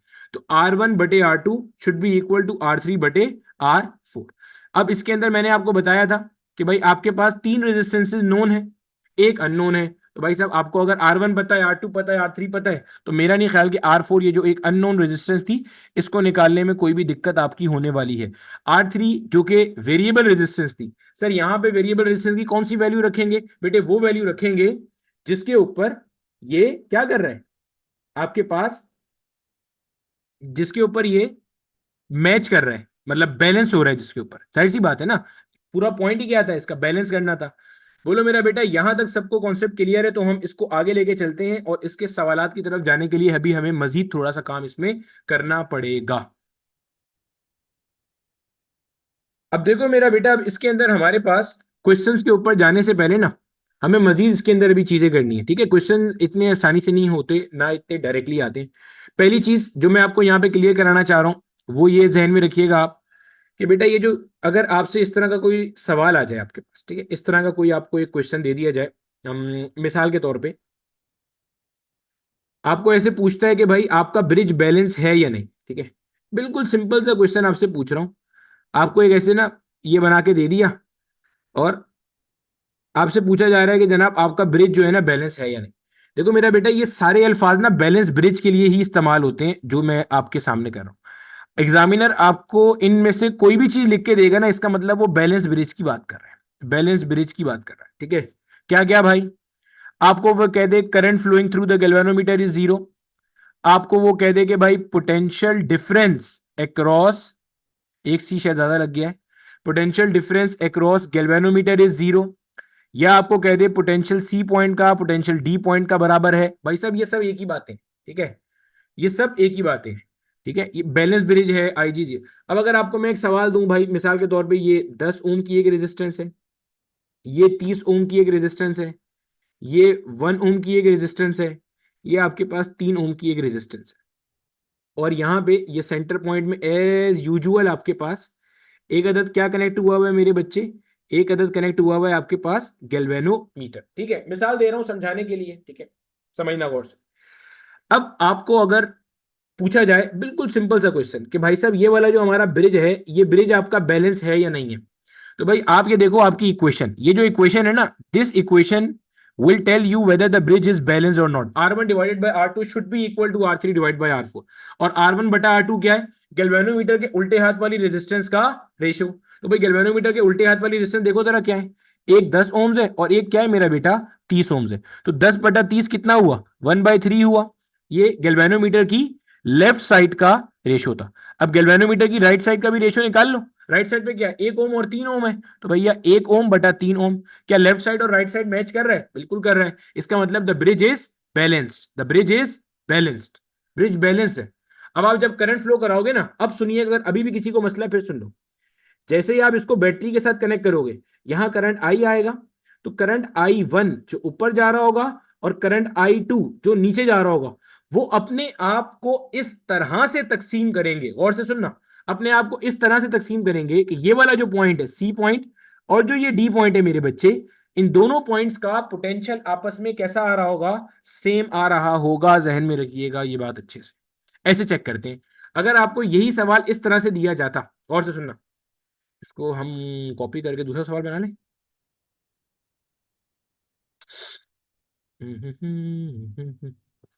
अगर आपको मेरे बच्चे यही सवाल इस तरह से वो देता, आपको कहता, मिसाल के तौर पे आपको एक क्वेश्चन उसने ऐसे दे दिया कि भाई ये आपके पास, ठीक है, ये मिसाल के तौर पे 1 ओम के बजाय यहां पे ये आपके पास क्या है, लेट से ये 4 ओम है। आपको कह रहा है कि भैया आप मुझे बताइए कि ये ब्रिज बैलेंस है या नहीं है, या यही सवाल ऐसे पूछता है कि भाई गैल्वेनोमीटर में से फ्लो करने वाला करंट जीरो होगा या गैल्वेनोमीटर में से फ्लो करने वाला करंट नॉन जीरो होगा। अगर ऐसे क्वेश्चन पूछ ले, मिसाल दे रहा हूं समझाने के लिए, तो भाई आप बोलोगे कोई दिक्कत ही नहीं है इसके अंदर। हम उल्टे हाथ वाली रेजिस्टेंस का रेशियो देखो पहले, लेफ्ट साइड की रेजिस्टेंस क्या है, 10 है और 30 है, तो भाई 10/30 क्या आ रहा है, 1/3 आ रहा है। अब राइट साइड की रेजिस्टेंस का रेशियो देख लो भाई, क्या आएगा, 1/4 आ रहा है। आपको साफ साफ नजर आ रहा है left side is not equal to right side. भाई जब लेफ्ट साइड और राइट साइड बराबर नहीं है, इसका मतलब the bridge is not balance, और जब ब्रिज बैलेंस नहीं है, इसका मतलब क्या है कि आपका गैल्वेनोमीटर में से करंट फ्लो करेगा। अभी गैल्वेनोमीटर में से करंट नीचे से ऊपर जाएगा या ऊपर से नीचे जाएगा, ये डिपेंड करेगा सी का पोटेंशियल ज्यादा है या डी का पोटेंशियल ज्यादा है, ठीक है। यहां तक का पॉइंट सबको क्लियर हो गया, आगे चलें। अब देखो मेरे बच्चे, अब कुछ और चीज समझ रहे हैं, उसके बाद फिर मजीद सवालों की तरफ मूव करते हैं। ये मान लो हमारे पास वापस से एक ब्रिज है। अब हम सारी बात जो है ना वो जाहिर सी बात है बैलेंस ब्रिज की करेंगे। बैलेंस ब्रिज कौन सा ब्रिज होता है भाई, पता चल गया ना, सी पॉइंट और डी पॉइंट का पोटेंशियल क्या होता है, इक्वल होता है, या आसान भाषा में जिन दो एंड्स के अक्रॉस गैल्वेनोमीटर कनेक्ट हुआ हुआ है वहां का पोटेंशियल कैसा होता है, सेम होता है। इसको आपने कह दिया दिस इज R1, इसे आपने कह दिया भैया this is R2, this is R3। अच्छा एक चीज का ख्याल करना, अगर किसी भी वजह से एक्स वाई जेड रीजन की वजह से मेरा बेटा आपके क्लास में कोई टॉपिक रह जाता है तो भाई परेशानी की कोई बात नहीं है, रिकॉर्डिंग आपको सारी मिलती है और ये थ्रू आउट रहेंगी। तो वो आपकी जिम्मेदारी है उससे वो टॉपिक पूरा करना, किताब पढ़ना, सब चीज अच्छे से करना फिर, ठीक है। अब देखो यहाँ पे गौर से, अब ये है मिसाल के तौर पे, ये बैलेंस ब्रिज है। अब मेरा बेटा ये बैलेंस ब्रिज है ना, तो जरा सिंपल सिंपल सा एक चीज चेक कर लो।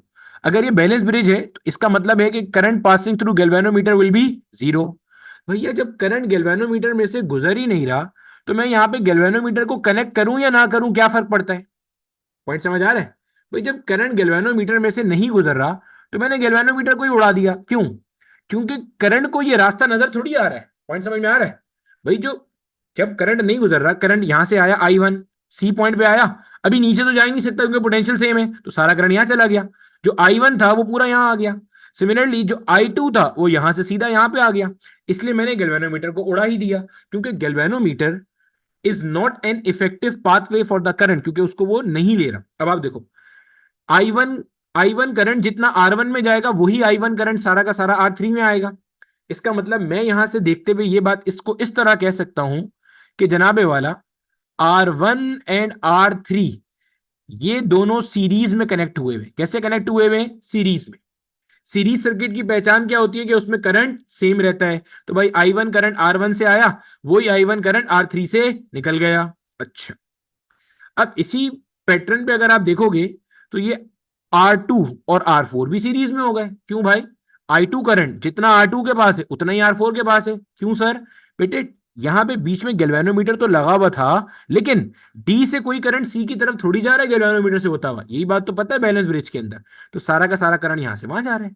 इसका मतलब मैं यहां पे ये जुमला लिख सकता हूं कि आपके पास R2 और R4 भी आपस में क्या हो गए जनाब? सीरीज में हो गए। ठीक है, इतनी बात समझ में आ गई? सेट हो गई बात की। अब देख लो, सीरीज के अंदर आप किसी भी रेजिस्टेंस की इक्विवेलेंट कैसे निकालते हो? ऐड करके। R1 R3 की इक्विवेलेंट क्या होगी? ऐड कर देंगे। R2 R4 की इक्विवेलेंट क्या होगी? ऐड कर देंगे। चलो भैया, अब बातें बहुत हो गई, पहले सवाल की तरफ चलते हैं। और ये सवाल हमारा माजी में पूछा गया है, सिंपल सा क्वेश्चन है बिल्कुल। पहले सवाल देखते हैं। ये इसका टॉपिकल प्रॉब्लम आ रहा है उठ के, देख लो। अच्छा भैया, एक मिनट रुको जरा।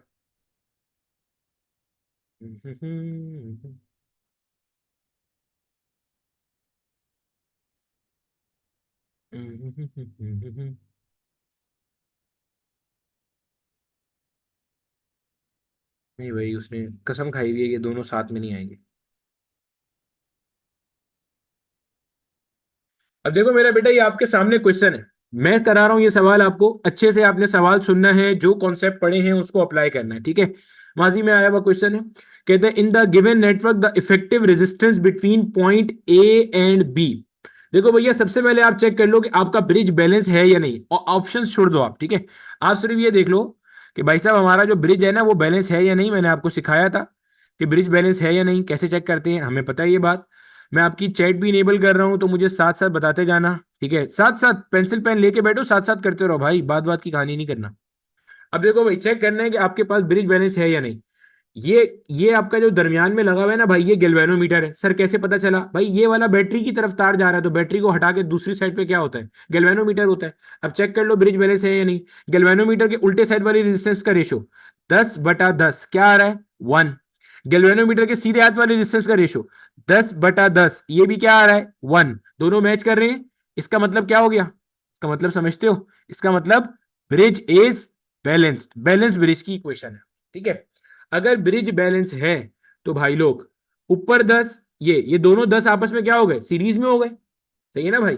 ऊपर वाले इसको मैं ऐसे बना सकता हूं ना, जैसे अभी मैं थोड़ी देर पहले चीजों को बनाता चल रहा था, ये इसी तरह से बन जाएगा।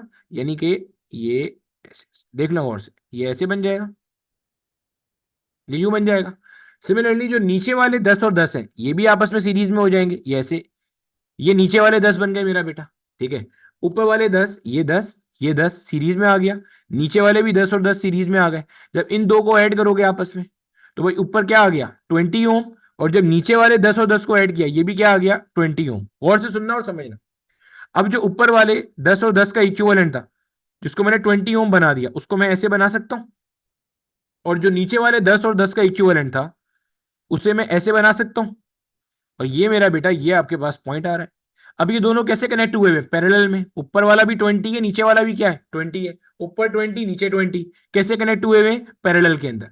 पैरेलल के अंदर मेरा बेटा हमें हमारा फॉर्मूला पता है, 1/R equivalent is 1/R1 plus 1/R2। लाके वैल्यूज पुट कर देंगे। 1/20 प्लस 1/20, एलसीएम तो ऑलरेडी सेम है, तो क्या बन जाएगा? 2/20। और ये किसका आंसर निकाला है?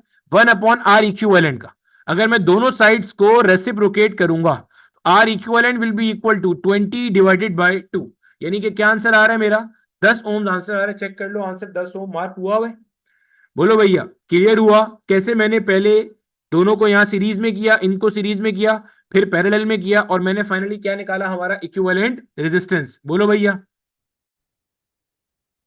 देखो मेरा बेटा, मैं फिर से रिपीट कर रहा हूं, जितने लोगों का मसला है ना, वो पहले देख लो, ठीक है? कोई परेशानी नहीं है, कोई जल्दबाजी नहीं है, कोई दिक्कत नहीं है, आहिस्ता आहिस्ता सब हो जाएगा। देखो आपको मिला भाई, इफेक्टिव रेजिस्टेंस मालूम करनी है between points a and b. ये मान लो आपका पॉइंट ए है भाई साहब, ये मान लो आपका पॉइंट बी है। इन दोनों के दरमियान में you are suppose to find out the value of effective resistance या इक्विवेलेंट रेजिस्टेंस। ठीक है भाई? अच्छा, चलो देखो देखो देखो देखो, अभी सिर्फ समझो। पहला काम आपने करना है कि भाई ब्रिज बैलेंस चेक कर लो। वैसे तो आपके कोर्स में ऐसी कोई पॉसिबिलिटी नहीं है कि वो अनबैलेंस ब्रिज का क्वेश्चन आए, क्योंकि अनबैलेंस ब्रिज आपके लेवल पे सॉल्व करना होता ही नहीं है, ठीक है? वो इंजीनियरिंग में आप सीखोगे जब अगर गए तो, ठीक है? अब यहां पे आपके पास देखोगे, नोट करोगे आप उल्टे, ये जो बीच में लगा हुआ है ना भाई, ये गैल्वेनोमीटर है। सर तो रेजिस्टेंस क्यों शो करी हुई है? बेटे गैल्वेनोमीटर की भी तो रेजिस्टेंस होती है ना, गैल्वेनोमीटर भी तो कॉइल से मिलकर बनता है, उसकी भी रेजिस्टेंस होती है, ठीक है? अच्छा, अब आपके पास सूरत हाल क्या है भाई? देखो, उल्टे हाथ वाली रेजिस्टेंस 2/4, यानी कि ये हो गया 1/2, ये आ गया। राइट साइड वाली रेजिस्टेंस 3/6, यानी कि ये भी क्या हो गया भाई साहब? 1/2। यानी कि मेरा बेटा आपके पास लेफ्ट साइड और आपके पास राइट साइड की रेजिस्टेंस आपस में क्या कर रही है? मैच कर। इसका मतलब बैलेंस है। जब बैलेंस है तो भाई आपको पता चल गया, ये ऊपर वाले दोनों कैसे होंगे? सीरीज में। सही है भाई? जब ऊपर वाले दोनों सीरीज में हो गए, मैं फिर रिपीट कर रहा हूं, सारे स्टेप चेक कर लो। तो मैं इसको ऐसे बना सकता हूं, गौर से देखना। ये मैंने ऊपर वाले दोनों को बनाया है, और जो नीचे वाले दोनों हैं, 4 और 6 वाले, वो ऐसे बन सकते हैं। ये 4 और 6 वाले बन गए। बेटे इन दोनों के बीच में जो पॉइंट्स मार्क कर रहा हूं ना, ये है मेरा पॉइंट सी, और ये है मेरा बेटा मेरा पॉइंट डी। सी और डी के बीच में गैल्वेनोमीटर 7 ओम का लगा हुआ है, जो मैंने उड़ा दिया। इसलिए उड़ा दिया क्योंकि ये इफेक्टिव नहीं है ना, इससे करंट फ्लो ही नहीं कर रहा। जब बैलेंस ब्रिज है तो भाई करंट फ्लो थोड़ी करेगा, ठीक है? अभी ये क्या है? ये 2 ओम है, ये 3 ओम है, ये 4 ओम है, ये 6 ओम है। अब ऊपर वाले दोनों क्या हो गए? सीरीज में हो गए। तो 2 + 3 कितना हो गया मेरा बेटा? 2 + 3 हमारे पास क्या हो गया? 5 हो गया, ठीक है? नीचे वाला जो हमारे पास है 4 + 6, ये क्या हो गया मेरा बेटा? 4 + 6 हमारे पास हो गया 10। अब आपको क्या नजर आ रहा है? अब नजर आ रहा है दोनों कैसे कनेक्ट हुए हुए? पैरेलल में कनेक्ट हुए हुए, क्योंकि देखो दोनों के दोनों दोनों एंड्स आपस में मिले हुए। 5 ओम वाले का उल्टी साइड 10 ओम वाले की उल्टी साइड से मिली हुई है, 5 ओम वाले की सीधी साइड 10 ओम की सीधी साइड से मिली हुई है। तो भाई अब क्या करना है? इक्विवेलेंट रेजिस्टेंस चाहिए। पैरेलल में इक्विवेलेंट कैसे आता है? 1/R equivalent is 1/R1 plus 1/R2। अब इनको मैं डायरेक्टली ऐड नहीं कर सकता क्योंकि एलसीएम सेम नहीं है। तो भाई अब क्या करें? एलसीएम सेम करेंगे। पहले कैसे करेंगे भाई? 5 के टेबल में 10 आता है, यस सर। बस 2 से मल्टीप्लाई डिवाइड कर देंगे, प्लस में आगे आगे 1/10। तो भाई 2 × 1 = 2 अपॉन 5 2 क्या हो गया? 10 प्लस 1/10। तो 2 + 1 क्या हो गया? 3 अपॉन में आ गया 3/10। 1/R इक्विवेलेंट आपने क्या फाइंड आउट कर लिया? 3/10।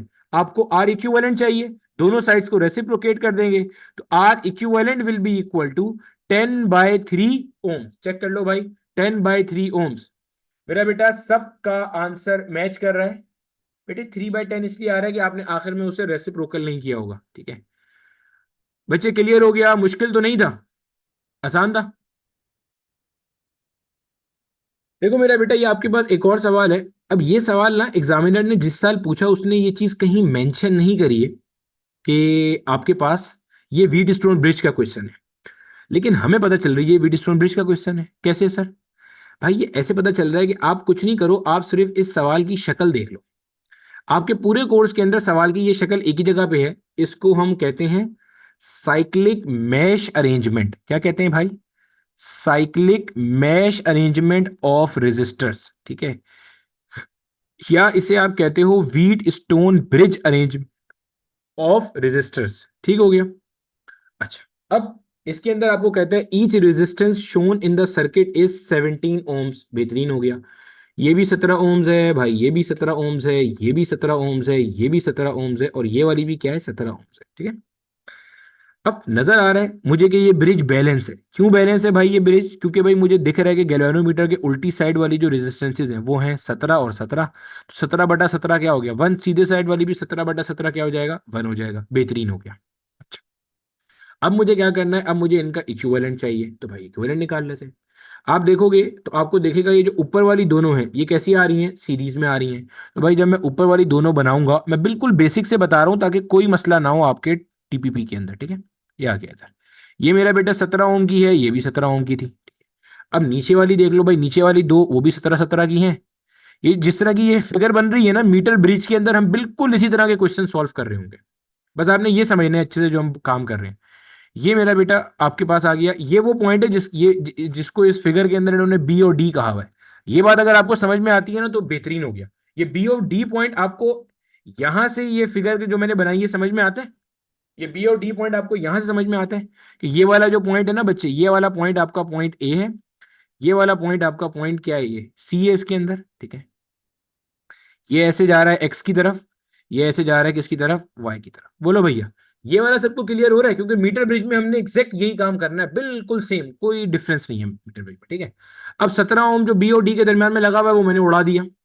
भाई वो मैंने इसलिए दिया क्योंकि बैलेंस ब्रिज है, तो भाई वहां से तो करंट फ्लो करेगा ही नहीं, तो उस रेजिस्टेंस का कोई फायदा भी नहीं हुआ। अब ऊपर वाली दो रेजिस्टेंस 17 और 17 की, तो सीरीज रेजिस्टेंस कैसे करते हैं भाई, जोड़ लेते हैं आप, सिंपल।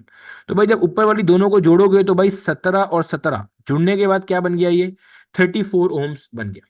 सिमिलरली नीचे वाली भी 17 और 17 है, तो भाई ये जोड़ने के बाद क्या बन जाएगा, ये भी आपके पास बन जाएगा 34 ओम, ठीक है। अब आपके पास, अब ये अलग हो गया भाई साहब, और ये क्या हो गया, ये अलग हो गया आपके पास, ठीक है। अब क्या है, 34 और 34 आपस में कैसी आ रही है, पैरेलल आ रही है। तो भाई साहब 1/r equivalent will be equal to 1/r1 plus 1/r2। तो मेरा बेटा 1/r1 में 1/34 प्लस 1/30, ठीक है मेरे बेटे। तो ऐड कर लेंगे, क्या बनता है, 2/30। ये आ रहा है क्या चीज, 1/r इक्विवेलेंट, ठीक है, 2/30। तो मेरा बेटा इसको जब आप दोनों साइड को रेसिप्रोकल करोगे तो आर इक्विवेलेंट बन जाएगा ये 34/2। ये आ जाएगा हमारे पास 70। पॉइंट समझ में आ रहा है?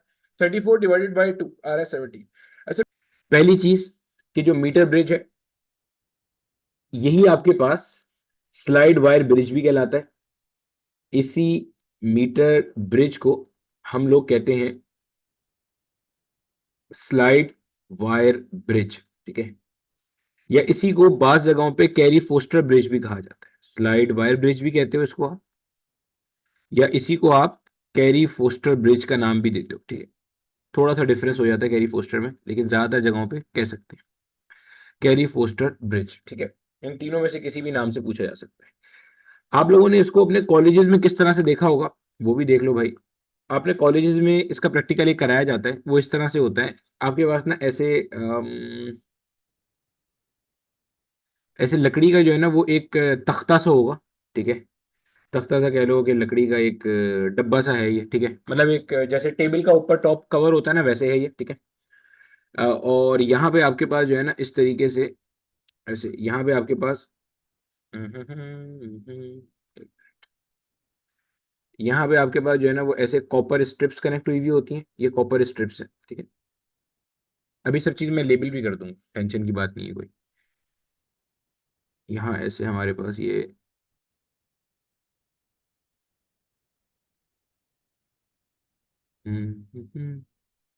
ये कॉपर स्ट्रिप है।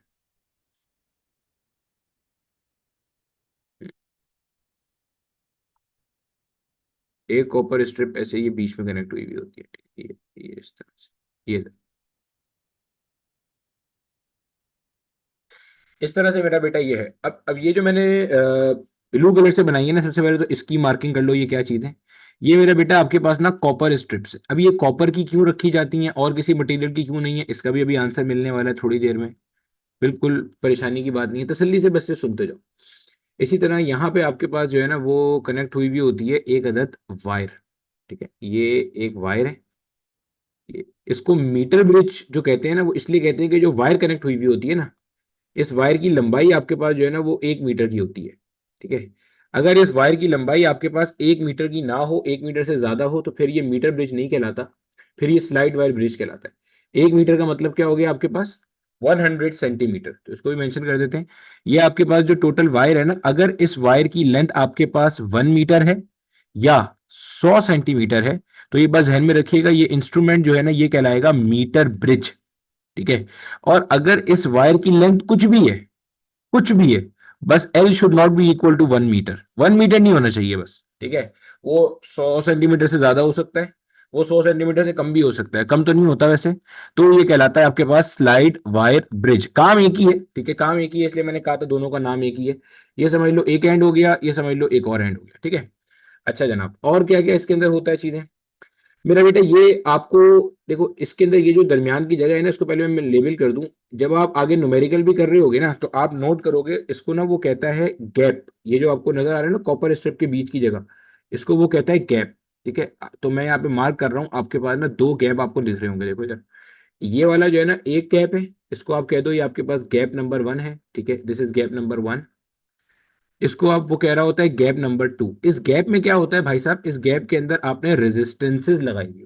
ठीक है, इस गैप में आपके पास क्या होता है, इस गैप में आपके पास रेजिस्टेंसेज होती हैं। एक रेजिस्टेंस को आपने नाम दे दिया पी रेजिस्टेंस का, एक को आपने नाम दे दिया क्यू रेजिस्टेंस का। इसमें से एक आपके पास नोन है, एक आपके पास अननोन रेजिस्टेंस है। ठीक है, मान लेते हैं कि ये वाली आपके पास नोन रेजिस्टेंस है और ये वाली आपके पास अननोन रेजिस्टेंस है। ठीक हो गया, ये रेजिस्टेंस है। जो नोन रेजिस्टेंस होती है वो यहाँ पे लगी हुई है, एक अननोन है। जाहिर है मीटर ब्रिज का काम क्या है भाई, इसका काम क्या था जो हम सीख रहे हैं, इसका काम क्या है, इसका काम तो वही है ना, अननोन रेजिस्टेंस निकालना। तो जाहिर है एक अननोन रेजिस्टेंस होगी, बाकी नोन होंगी।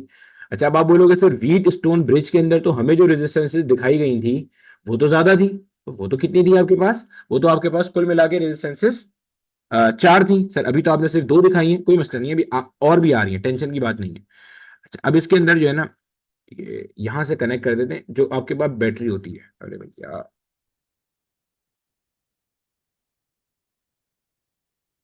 अभी देखो पहले जरा बैटरी कनेक्ट कर दें, फिर आपको बाकी के रेजिस्टेंसेस भी नजर आना शुरू हो जाएंगे।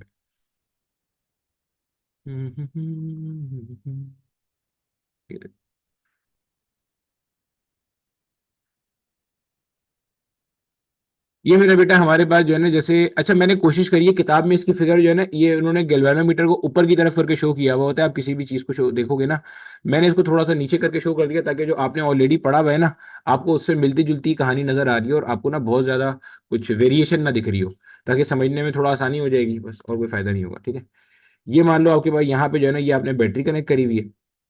अब आप नोट करो, जब आप देखोगे ना, एक एंड आपको देखो ये नजर आ रहा है, एक एंड आपको ये नजर आ रहा है। अगर आप के जहन में ऊपर वाली व्हीट स्टोन ब्रिज की अभी अभी जो हमने ताजा ताजा शक्ल पड़ी थी वो है, तो भाई साहब ये वाला एंड आपका हो गया ए, ये वाला एंड आपका हो गया बी, ये वाला जो एंड है ना आपका, ये वाला एंड आपका हो गया सी एंड। ठीक है, ये तो लकड़ी का डब्बा है इसलिए इसको मिटा भी दो तो कोई दिक्कत नहीं है इतनी बड़ी। ठीक है, एक एंड आपका हो गया, ये वाला हो गया आपका सी एंड, और ये वाला एंड जो है ना, ये इसके साथ यहाँ लगा हुआ होता है गैल्वेनोमीटर, ये गैल्वेनोमीटर होता है।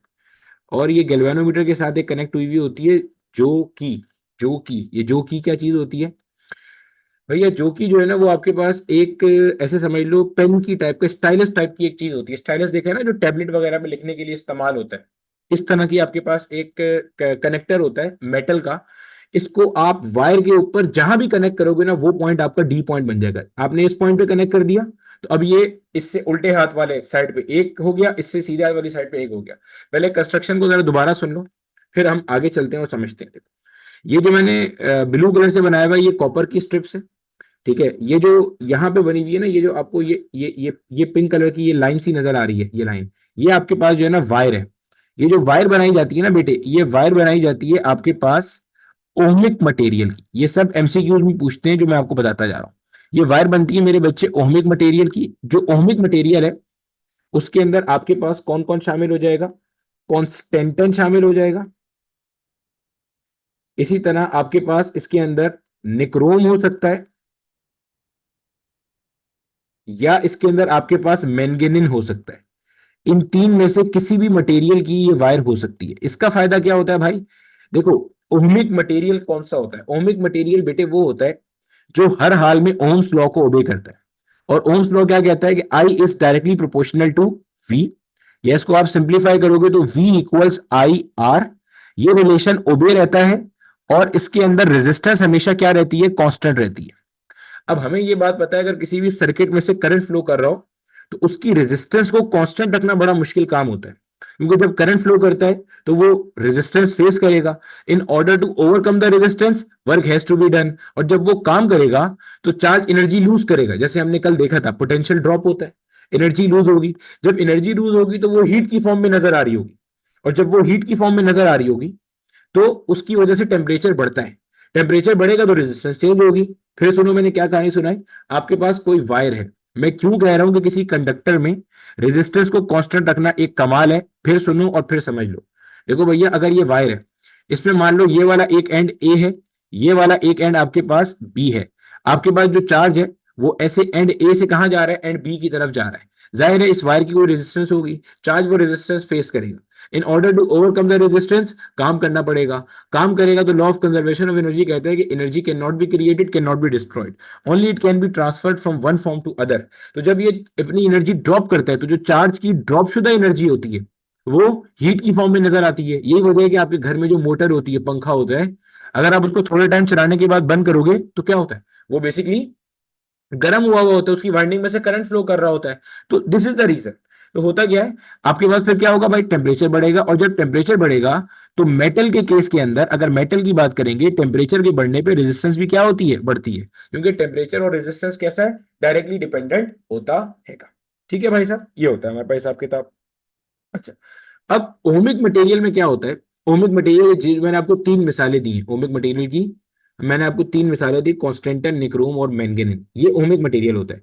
इसके अंदर क्या होता है? इनका जो अल्फा होता है, alpha, alpha is temperature coefficient of resistance. Alpha is temperature coefficient of resistance. Temperature coefficient of resistance क्या बताता है? आसान तरीन भाषा में टेम्परेचर कोफिशिएंट ऑफ रेजिस्टेंस ये बताता है कि अगर अगर 1 डिग्री सेल्सियस टेम्परेचर बढ़ा, अगर 1 डिग्री सेल्सियस टेम्परेचर बढ़ा तो रेजिस्टेंस में क्या चेंज आएगा? तो रेजिस्टेंस में क्या चेंज आएगा? मिसाल से समझना, अभी समझ में आएगा। देखो समझो, मिसाल दे रहा हूं। फॉर एग्जाम्पल, फॉर इंस्टेंस किसी एक मेटल का जो अल्फा है वो है 0.1, मिसाल दी है। तो इसका मतलब है जिस मेटल की ये बात हो रही है, अगर इसका टेम्परेचर आपने 1 डिग्री सेल्सियस बढ़ाया तो इसका रेजिस्टेंस 0.1 ओम बढ़ जाएगा। पहले 5 था तो अब 5.1 हो जाएगा, पहले 5.1 था तो अब 5.2 हो जाएगा। ये बताता है alpha, temperature coefficient of resistance. जो ओमिक मटेरियल्स होते हैं, ओमिक मटेरियल्स जो होते हैं, जो मैंने आपके सामने मिसाल दी है, इनका जो अल्फा होता है, इनका जो अल्फा होता है वो बहुत लो होता है, extremely low, very very low. इनके अल्फा की वैल्यूज क्या होती हैं? बहुत कम होती है। ऐसे समझना, जैसे अगर आप किताब में देखोगे, सिन बोर्ड के अंदर पेज नंबर 91 पे है, इसकी पूरी चार्ट बना हुआ है, ठीक है। तो अगर आप किताब में देखोगे ना तो इस तरह से ऐसे 5 के करीब कोई जीरोज आएंगे, फिर ऐसे 2 लिखा होगा। अब ये मिसाल के तौर पे इनकी वैल्यू है। अब देखो इनका अल्फा इतना कम है, 1 डिग्री सेल्सियस टेम्परेचर बढ़ने पे 0.0000002 ओम टेम्परेचर बढ़ रहा है। यानी कि अगर 10 डिग्री सेल्सियस भी टेम्परेचर बढ़ गया ना तो 0.00002 आएगा, सिर्फ 4 जीरो के बाद आएगा। फिर भी 100 बढ़ा है तब भी 3 जीरो के बाद आ रहा है। तो मतलब एक्सट्रीमली, मतलब होता क्या है, इसके अंदर भी जब करंट फ्लो करता है तो भाई वो रेजिस्टेंस तो फेस करता है और वो ड्रॉप भी करता है अपना पोटेंशियल। लेकिन वो रेजिस्टेंस में जो चेंज आता है वो इतना नेग्लिजिबल चेंज आता है कि आप कहते हो almost the resistance is constant. तो ये एक सवाल जो है ना माजी में 2 दफा पूछा जा चुका है कि ये जो मीटर ब्रिज है या हम पोटेंशियोमीटर पढ़ेंगे, इन दोनों का जो वायर होता है वो वायर किसका होता है? ओमिक मटेरियल का होता है। और ओमिक मटेरियल में ये तीनों चीजें आती है, मैंगेनिन, कॉन्स्टेंटन, निक्रोम। किताब वालों को जो है वो मैंगेनिन से और कॉन्स्टेंटन से थोड़ी ज्यादा मोहब्बत है, इसलिए किताब में जगह जगह ये लिखा मिलेगा। लेकिन और भी किताबें हैं, तो जहन में रखना ohmic material is the key. Ohmic material जो है ना वो होना चाहिए भाई, ठीक है। अब वो तीन में से कोई भी हो सकता है ओमिक मटेरियल आपका। और उसकी पहचान क्या है कि आपके पास जो अल्फा का वैल्यू है ना, दैट इज एक्सट्रीमली लो, और मैंने आपको उसका पूरा कॉन्सेप्ट समझा दिया। लो होने से क्या होगा कि टेम्परेचर के चेंज के बावजूद resistance is not going to change, the resistance will remain constant. ठीक है, अब आप ये वापस देखो, अगर आप इस डायग्राम को एनालाइज करते हो तो बेटे ये डायग्राम और जो ऊपर आपने व्हीटस्टोन ब्रिज की डायग्राम पढ़ी है उसमें तो कोई फर्क नहीं है। देखो कैसे, ये ए और बी के दरमियान में बैटरी लगी हुई है, चेक करो, ये ए और बी के दरमियान में बैटरी लगी हुई है, आला हो गया। ए से लेके सी के दरमियान में एक रेजिस्टेंस, सी से लेके बी के दरमियान में एक रेजिस्टेंस, ए से लेके सी के दरमियान में एक रेजिस्टेंस, ये जो गैप वाली है, ये देखो ये गैप वाली रेजिस्टेंस, सी से लेके बी के दरमियान में एक और रेजिस्टेंस, ये भी गैप वाली हो गई। सही है, अब वापस ऊपर आओ, यहां पे ए से लेके डी के बीच में एक रेजिस्टेंस, बी से लेके डी के बीच में एक और रेजिस्टेंस, यहां देखो, यहां मैंने कहा आपने इसको जहां पे प्लेस किया वो आपका डी पॉइंट हो गया, तो भाई इससे उल्टे हाथ के ऊपर ये एक रेजिस्टेंस, इससे सीधे हाथ पे ये एक रेजिस्टेंस। अब आपका ये सवाल हो सकता है, सर मुझे तो यहाँ रेजिस्टेंस दिख ही नहीं रही, ये तो वायर है, रेजिस्टेंस का है, ये भी वायर है, रेजिस्टेंस का है। तो मेरा बेटा हर वायर की अपनी रेजिस्टेंस होती है। आपने जब कभी माजी में रेजिस्टेंस का टॉपिक पढ़ा होगा तो उसमें आपने ये बात पढ़ी होगी कि रेजिस्टेंस लेंथ और एरिया पे डिपेंड करती है, जैसे रेजिस्टेंस टेम्परेचर पे डिपेंड करती है, जैसे रेजिस्टेंस रो यानी कि नेचर यानी कि रेजिस्टिविटी पे डिपेंड करती है, वैसे लेंथ और एरिया पे भी करती है। तो मेरा बेटा ये जो आपको वायर नजर आ रही है, ये वाली जो आपको वायर नजर आ रही है, ये वाली, इसकी कोई लेंथ है तो इसकी रेजिस्टेंस है, इसकी भी कोई लेंथ है तो इसकी क्या है, रेजिस्टेंस है। यानी कि डी से उल्टी साइड की भी एक रेजिस्टेंस है, डी से सीधी साइड की भी क्या है, एक रेजिस्टेंस है। अच्छा, अब एक और चीज जरा देख लीजिए, यहाँ पे आपके पास ये जो पूरा का पूरा मीटर ब्रिज है, हमारे पास मीटर ब्रिज की मैंने माना भाई जर्नल लेंथ कितनी होती है, मीटर ब्रिज की जर्नल लेंथ से मुराद है टोटल लेंथ कितनी हो जाएगी मीटर ब्रिज की, इसको यहाँ कहीं बना दें ताकि गंदगी ना हो। भाई मीटर ब्रिज की अपने पास जो टोटल लेंथ है वो अपने को पता है कितनी है, एल के बराबर है। मीटर ब्रिज की टोटल लेंथ कितनी है भाई लोग, एल के बराबर लेंथ है। सॉरी, स्लाइड वायर ब्रिज की टोटल लेंथ कितनी है, एल के बराबर है। ठीक है, मीटर ब्रिज तो उसका एक स्पेशल केस है ना, जब लेंथ 1 मीटर हो जाएगी तो वो मीटर ब्रिज बन जाएगा। ठीक है, अब मान लो मैंने जो है ना वो डी, मैंने जोकी को यहां पे प्लेस कर दिया। अच्छा, जोकी को आप कब तक घुमाते रहोगे, समझना गौर से, पहले ये चीज नोट कर लो, ये चीज नोट कर लो कि भाई आपके पास, ये तो हमें पता है ना कि रेजिस्टेंस किसके साथ डायरेक्टली प्रोपोर्शनल होती है, लेंथ के साथ डायरेक्टली प्रोपोर्शनल होती है। तो अगर मैं, गौर से सुनना, अगर मैं ये जोकी जो है, इस जोकी को समझो यहां पे लगा दूं, मान लो थोड़ी देर के लिए जोकी यहां पे नहीं है, यहां पे जहां मैंने लगाया हुआ है, ये मेरा डी पॉइंट है। तो डी पॉइंट से पीछे वाली लेंथ इतनी है, आगे वाली सारी लेंथ डी पॉइंट के बाद वाली है। तो ये बात समझ में आ रही है कि डी जोकी के उल्टे हाथ की लेंथ कम है तो उस एरिया की रेजिस्टेंस कम हो गई, और सीधे हाथ की लेंथ ज्यादा है तो उसकी रेजिस्टेंस ज्यादा हो गई। यानी कि मैं जोकी को जहां पे प्लेस करूंगा, जो मैं डी पॉइंट रखूंगा, उससे एक तरफ की जो लेंथ है, उल्टे हाथ वाली लेंथ, वो उल्टी की साइड की रेजिस्टेंस बताएगी, और सीधे हाथ वाली लेंथ सीधी साइड की रेजिस्टेंस बताएगी। बोलो इतनी बात क्लियर हुई। देखो, आपने जो है ना जब जोकी को प्लेस किया ना, तो जोकी को प्लेस करने, जोकी है क्या भाई, जोकी आपके पास ना मेटल का एक पीस है जो सिर्फ सर्किट को मुकम्मल करने का काम कर रहा है। थ्री इडियट्स देखी है ना, थ्री इडियट्स के अंदर वो जब अपने कॉलेज में जाता है रेंचो, वो सर्किट कैसे मुकम्मल करता है, एक लकड़ी का पीस लेता है, उसके आगे एक चम्मच बांध देता है, ठीक है, सर्किट को मुकम्मल करने के लिए, वो चम्मच इस जोकी। ठीक है, तो बस ऐसे समझ लो, ऐसे मेटल का एक पीस है स्टाइलस की तरह का, वो आपने यहाँ रखा हुआ है डी पॉइंट पे। डी पॉइंट से उल्टे हाथ की रेजिस्टेंस या वायर एक लेंथ की हो गई, सीधे हाथ पे अलग हो गई। बेसिकली आपने इस पॉइंट पे सर्किट को डिवाइड कर दिया। जब सर्किट को डिवाइड कर दिया तो भाई इससे पीछे वाली जो साइड है, गौर से सुनना, ये एक लेंथ हो गई, इसको आपने कह देते हैं, मैं मिसाल दे रहा हूं, मैं समझ लेना कि मिसाल के तौर पे ये जो है ना इधर वाली साइड की लेंथ को आपने कह दिया, इसको उड़ा दे भाई पहले तो। ठीक है, इस वाली साइड की लेंथ को आपने कह दिया ये वाई लेंथ है, इधर से देखिए तो की लेंथ कितनी हो गई, वाई हो गई। ठीक है, यानी कि आपने दो हिस्सों में तोड़ दिया अपने पास। ठीक है, और ये वाली जो लेंथ है जो जोगी के सीधे हाथ पे आ रही है, इधर, ये ये क्या हो जाएगी भाई, फिर भाई टोटल लेंथ कितनी है इसकी, एल के बराबर है। उल्टी साइड की लेंथ कितनी हो गई, उल्टी साइड की लेंथ आपके पास वाई हो गई, तो सीधे हाथ की लेंथ क्या हो जाएगी, सीधे हाथ की लेंथ हो जाएगी मेरा बेटा एल माइनस।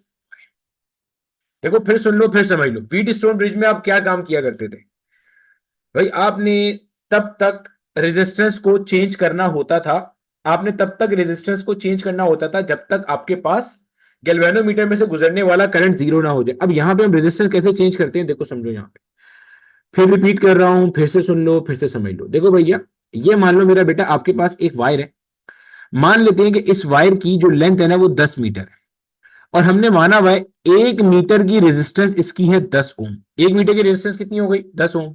तो भाई साहब इस पूरी वायर की लेंथ अगर 10 मीटर है तो पूरी वायर की रेजिस्टेंस कितनी हो जाएगी? 10 ओम रेजिस्टेंस हो गई। सिंपल हो गया, ठीक है। ये 10 ओम रेजिस्टेंस कहां से कहां के दरमियान में? ये ए पॉइंट है, ये बी पॉइंट है। तो भाई ए और बी के दरमियान की टोटल रेजिस्टेंस कितनी हो गई? 10 ओम्स हो गई। अगर मैं क्या करता हूं, इसको दो सेक्शन में तोड़ देता हूं, इस वायर को दो हिस्सों में ब्रेक कर दिया, सर्किट को डिवाइड कर दिया कि भाई 4 मीटर इधर हो गया और 6 मीटर इधर हो गया, तो भाई जो 4 मीटर सेक्शन है इसकी रेजिस्टेंस कितनी है? 4 ओम। इसकी कितनी हो गई? 6 ओम। ये समझा रहा हूं मैं।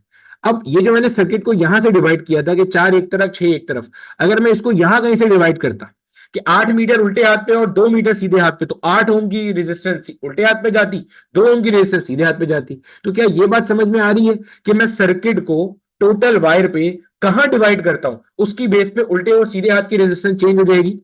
बोलो हाँ या ना।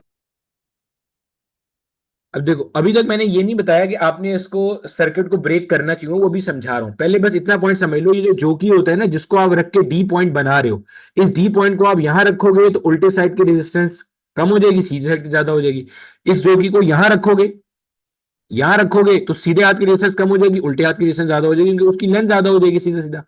अच्छा, अब इसको हम कर क्यों रहे हैं ऐसे? देखो, हमारा मेन टारगेट है गैल्वेनोमीटर में से गुजरने वाला करंट जीरो करना। सर ऐसा क्यों करना है बेटे? ऐसा इसलिए करना है क्योंकि जो हमने कल की क्लास में व्हीट स्टोन ब्रिज का कॉन्सेप्ट पढ़ा था, व्हीट स्टोन ब्रिज काम उसी वक्त करता है जब आपका ब्रिज बैलेंस होगा।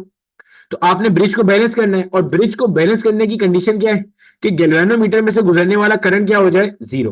तो मैं यहां पे एक जुमला लिख रहा हूं, और से देखो, गैल्वेनोमीटर का करंट ये जीरो करने के लिए, ये जीरो करने के लिए जो आपकी जोकी होती है, जो आपकी जोकी है, उसे मूव करेंगे। जोकी को क्या करेंगे? मूव करेंगे। जोकी को मूव करेंगे वायर के ऊपर। कौन सी वायर के ऊपर? ये जो मैंने पिंक कलर से शो करी हुई, फिर दिखा देता हूं। ये है वायर, ये वायर, ये वायर। जोगी को मूव करेंगे एक पॉइंट से दूसरे पॉइंट तक। कब तक मूव करते रहेंगे? मतलब ये पॉइंट आता है ना कि आप सर्किट को तोड़ोगे कब जाके, आप कब बोलोगे कि भाई ये, जाहिर है ऐसा तो नहीं हो सकता कि हम बोले यार उल्टे साइड की रेजिस्टेंस हमें कम अच्छी लग रही है, सीधी साइड की रेजिस्टेंस हमें ज्यादा अच्छी लग रही है, तो आपने सर्किट तोड़ दिया। ऐसा तो नहीं है। आप जोगी को मूव करते रहोगे, स्लाइड वायर पे स्लाइड करते रहोगे।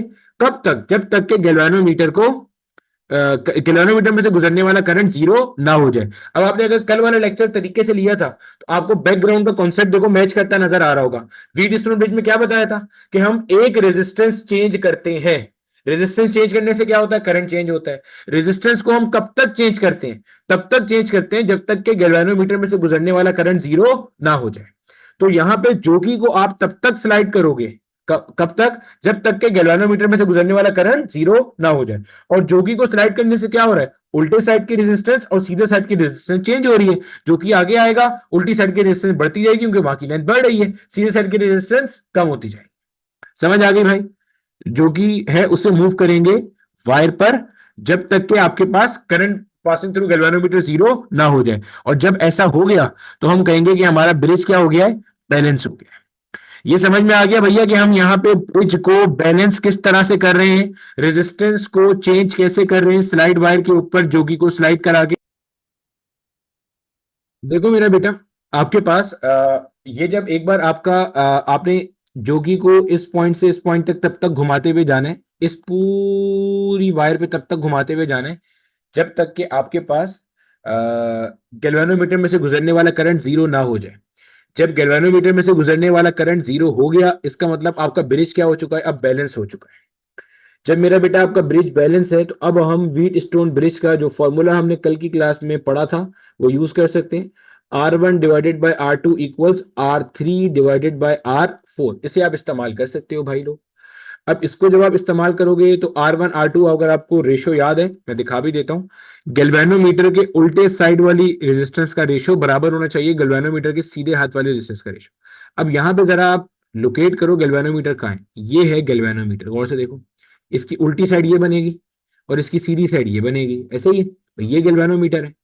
इसकी उल्टी साइड वाले रेजिस्टेंसेस का रेशो, तो इसके उल्टे साइड पे देखो रेजिस्टेंस कौन कौन सी है। पहले तो एक तो ये पी रेजिस्टेंस है, और एक यहां से लेके यहां तक ये जो वायर है ना इसकी रेजिस्टेंस है। फिर देखो मैंने कहा गैल्वेनोमीटर के उल्टे साइड वाली रेजिस्टेंसेस, तो भाई ये दो बनेंगी।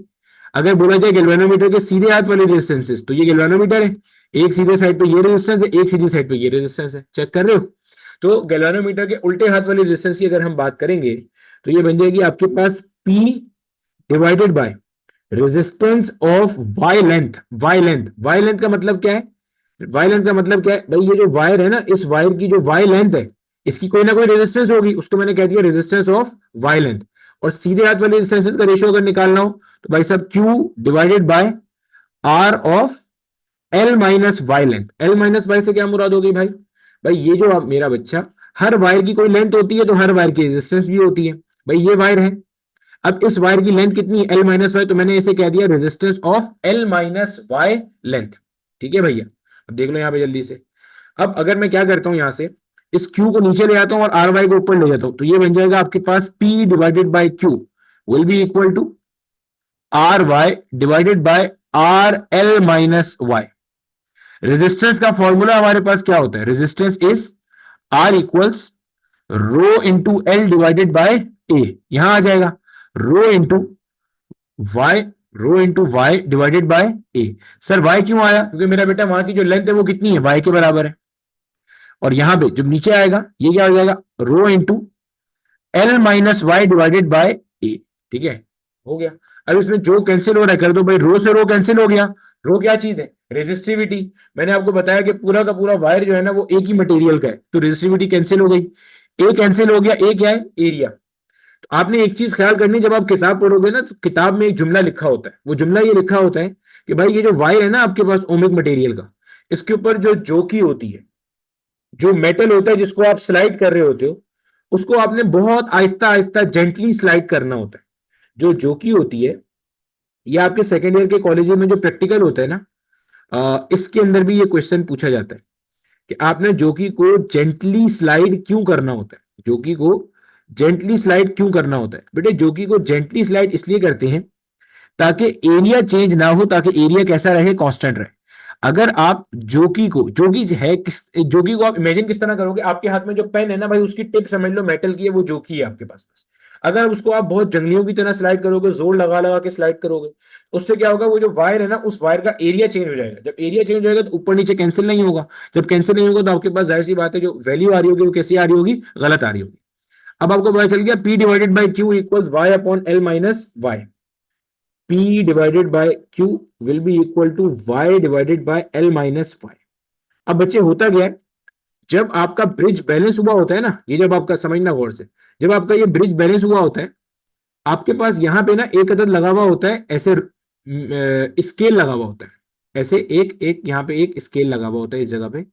तो बच्चे आपके पास जो स्केल लगा हुआ होता है, इससे आप क्या करते हो? ये लेंथ पढ़ लेते हो। स्केल से क्या पढ़ते हो भाई? स्केल के ऊपर जाहिर है, जैसे आपके घर में स्केल होता है ना, 1 सेंटीमीटर 2 सेंटीमीटर 3 सेंटीमीटर की रीडिंग होती है, ऐसे इसके ऊपर भी मार्किंग हुई हुई होती है। तो आप क्या करते हो भाई? आप जो है ना वो यहाँ पे सारी चीजें इसकी वैल्यू पढ़ लेते हो कि वाई की वैल्यू क्या है। वाई की वैल्यू पता चल गई, एल की वैल्यू पता है, एल माइनस वाई आपको मिल जाता है। और पी और क्यू में से एक नोन था, एक अननोन था। तो देखो आपके पास ये जो y और l माइनस वाई है, इसकी वैल्यू आपको स्केल पढ़ के मिल जाती है। स्केल कब पढ़ना है? जब ब्रिज बैलेंस हो गया। स्केल पढ़ा, स्केल पढ़ा तो लेंथ पता चल गई। और P आपके पास वैसे ही क्या था? नॉन रेजिस्टेंस था। तो पीछे आपके पास सिर्फ क्या बच गया? एक Q बच गया। और Q क्या है आपके पास? अननोन रेजिस्टेंस है। तो हम इस इक्वेशन की मदद से क्या मालूम कर लेते हैं? अपनी अननोन रेजिस्टेंस मालूम कर लेते हैं। अब ये जो मैंने आपके सामने एक्सप्रेशन ड्राइव की है या लिखी है, ये एक्सप्रेशन बच्चे हमारे पास इस्तेमाल होती है स्लाइड वायर ब्रिज के अंदर। या लिख भी देता हूं मैं, ये एक्सप्रेशन हमारी है स्लाइड वायर ब्रिज में। अगर एग्जामिनर आपको कभी भी कह दे कि भाई आपने मीटर ब्रिज यूज किया है, मीटर ब्रिज को भी स्लाइड वायर ब्रिज कहते हैं, मैंने बताया था। और एक छोटा सा फर्क है, वो छोटा सा फर्क ये है कि मीटर ब्रिज के अंदर जो एल है ना वो फिक्स होता है, लेंथ फिक्स होती है 1 मीटर। और अगर सेंटीमीटर में कन्वर्ट कर दोगे तो ये बनते हैं भाई 100 सेंटीमीटर। तो यहीं से आपका फॉर्मूला बन जाएगा P divided by Q will be equal to y, क्या हो गया जो आपने लेंथ पढ़ी थी, और ये क्या हो जाएगा आपके पास 100 माइनस वाई। भाई ये चीज ध्यान में रख लेना, यहाँ पे वाई सेंटीमीटर में रखा जाएगा। सेंटीमीटर में क्यों रखा जाएगा? क्योंकि मैंने यहाँ पे 100 रखा है और ये 100 किसके अंदर है? सेंटीमीटर में। अगर मीटर में रखूंगा तो y in metres divided by L की जगह पे आ जाएगा 1, क्योंकि 1 मीटर की लेंथ होगी फिर उसकी, तो वाई भी मीटर में आएगा यहाँ पे, इससे आप निकाल सकते हो। अब डिफरेंट जगहों पे आपको यही फॉर्मूला क्यू अपॉन पी करके भी मिलेगा, उसके अंदर 100 माइनस वाई अपॉन वाई हो जाएगा। ये हमारे पास था मीटर ब्रिज की एक्सप्रेशन। यहां तक मुझे बता दो सब चीज क्लियर है, ताकि मैं इसके क्वेश्चन स्टार्ट कराऊं। देखो मेरा बेटा, ये सवाल आपके सामने आया हुआ है माजी के अंदर। कहता है shown in the given figure is a metre bridge set up with a null deflection achieve in the galvanometer. अच्छा, ये सवाल कब का है भाई? ये सवाल चेक भी कर लेते हैं, एक मिनट। आगा खान का है।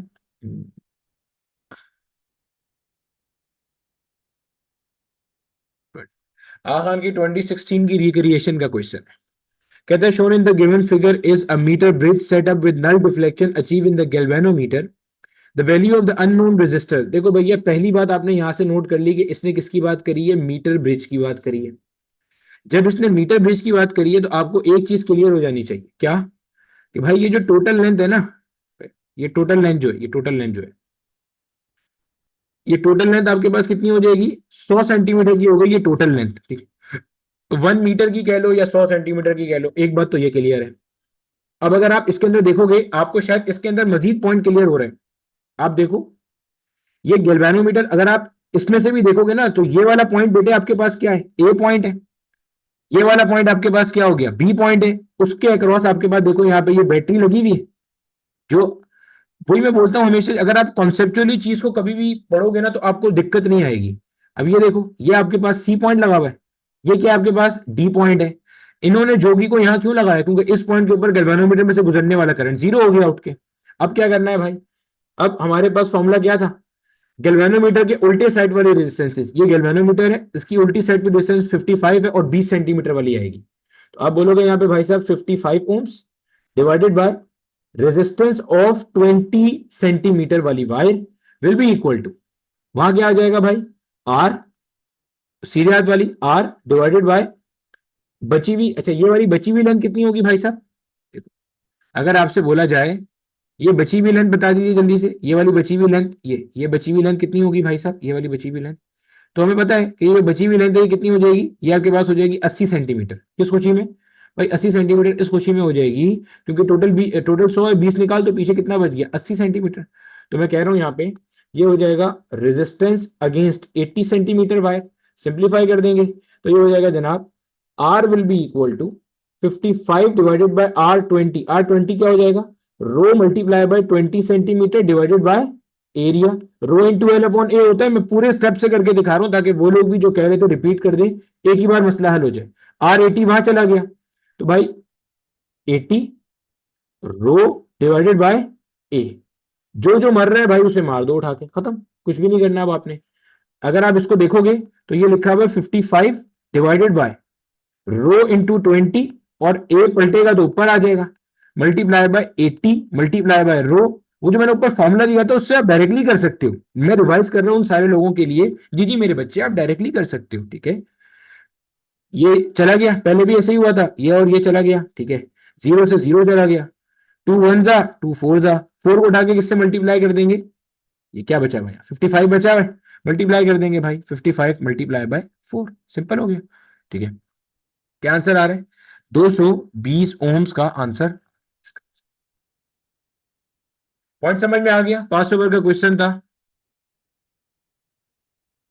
देखो बेटे, क्वेश्चन क्या कहते हैं? क्वेश्चन कहता है two unknown resistances X and Y are connected to the left and right gaps of a metre bridge. अच्छा, मैं समझाने के लिए जो है ना यहाँ पे थोड़ा सा मीटर ब्रिज का एक खाका सा बना लेता हूँ ताकि समझ में आ जाए, ठीक है? ये हमारे पास मीटर ब्रिज का हिसाब है। ये मान लेते हैं हमारा लेफ्ट गैप है, ये मान लेते हैं हमारा राइट गैप है, ठीक है? और यहां से लेके यहां तक ये हमारी वायर है, ठीक है? समझ गए? इसको मैं कह रहा हूँ ये मेरा लेफ्ट गैप है, इसे मैं कह रहा हूँ ये मेरा राइट गैप है। ये जो है ना जनाबे वाला मेरे पास गैल्वेनोमीटर है, ठीक है? ये गैल्वेनोमीटर यहाँ कनेक्ट हुआ हुआ है, और गैल्वेनोमीटर के साथ ये मेरे पास आ रही है जोकी, जो ऐसे कहीं पे भी लगाई जा सकती है, ठीक है? कहता है क्या है, X and Y are connected to the left and right gaps of a metre bridge. अच्छा, यहाँ आपने एक्स कनेक्ट करा है, यहाँ आपने वाई कनेक्ट करा है, and the balancing point is obtained at 80 centimetre from the left. अच्छा, बैलेंसिंग पॉइंट आपको मिला है at 80 centimetre from the left, यानी कि 80 सेंटीमीटर फ्रॉम द लेफ्ट, जो मेरा लेफ्ट है वहां से 80 सेंटीमीटर पे, ये लेफ्ट है मेरा, जाहिर सी बात है, यहां से 80 सेंटीमीटर पे मुझे मिल गया ये बैलेंसिंग पॉइंट, ये 80 सेंटीमीटर हो गया। अगर ये 80 सेंटीमीटर है तो भैया ये रिमेनिंग डिस्टेंस कितना हो जाएगा, ये तो 20 सेंटीमीटर हो जाएगा। मेरे ख्याल है ये बात बताने की जरूरत नहीं होनी चाहिए अब, क्योंकि ये लिखा हुआ है कि ये कैसा है भाई, मीटर ब्रिज है। तो अगर मीटर ब्रिज है तो मीटर ब्रिज का अल्टीमेट मतलब क्या हो गया कि आपके पास ये टोटल लेंथ कितनी हो गई, 100 सेंटीमीटर की हो गई, ठीक है। अच्छा, अब अगर मैं इसकी इक्वेशन डिजाइन करता हूं, इतनी इंफॉर्मेशन को देखते हुए आगे नहीं जाता, तो भाई मुझे पता चल गया x डिवाइडेड बाय y will be equal to, आगे मेरे पास आ जाएगा x के सामने जो x के सामने वाली रेजिस्टेंस थी, यानी कि वो 80 सेंटीमीटर वाली है, तो ये हो जाएगा भाई 80, और ये हो जाएगा डिवाइडेड बाय मेरे पास 20, ठीक है। ये वैसे ही आया है, R80 divided by R20, open करेंगे rho into 80 divided by A, rho into 20 divide by A, rho rho से मर जाएगा, ए से मर जाएगा, 80/20 आ जाएगा, 0 से 0 हो गया, 8/2 कितना आ रहा है 4, यहां से मेरे पास एक इक्वेशन आ गई x इक्वल्स 4y, ठीक है, गुड हो गया।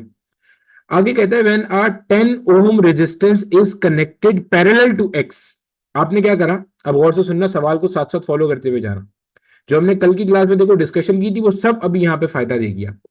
अब क्या कहता है, मैं इसको मिटा रहा हूं, ठीक है। कहता क्या है, when a 10 ohm resistance is connected in parallel to x the balancing point is 50 centimetre from the left। आपने क्या किया, आपने x के साथ पैरेलल में एक 10 ओम की रेजिस्टेंस और लगा दी, ये पैरेलल में लगाई है ऐसा उसने कहा है, हो सकता है वो सीरीज में कह देता, लेकिन अभी उसने पैरेलल में कहा। अब कहता है जो बैलेंस पॉइंट है ये 50 सेंटीमीटर फ्रॉम द लेफ्ट हो चुका। तो भाई अगर बैलेंस पॉइंट आपका 50 सेंटीमीटर फ्रॉम द लेफ्ट हो गया, तो अगर मैं इसे मार्क करूंगा, यहां कहीं पे आ जाएगा आपका 50 सेंटीमीटर। तो भाई लोग ये हो गया 50 सेंटीमीटर फ्रॉम द लेफ्ट, और ये बाकी की रिमेनिंग लेंथ क्या हो जाएगी, ये भी 50 सेंटीमीटर हो जाएगी, ठीक है।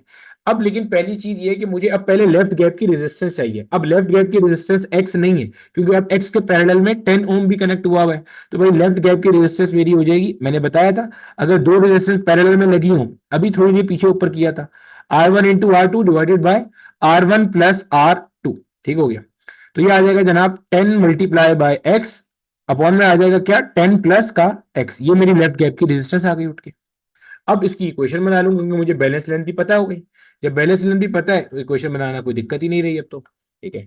एक्स की जगह पे ये आ जाएगा जो हमने फॉर्मूला पढ़ा हुआ है एक्स का, 10x divided by 10 plus x, ये आ गया एक्स की जगह पे, यानी कि लेफ्ट गैप की resistance, divided by right gap में आपने अभी तक y ही रखा हुआ है, सीधे हाथ पे क्या आ जाएगा जो आपके पास वैल्यू थी, लेफ्ट गैप के सामने क्या आ जाएगी 50, राइट गैप के सामने भी क्या आ गई 50 आ गई, ठीक है भाई।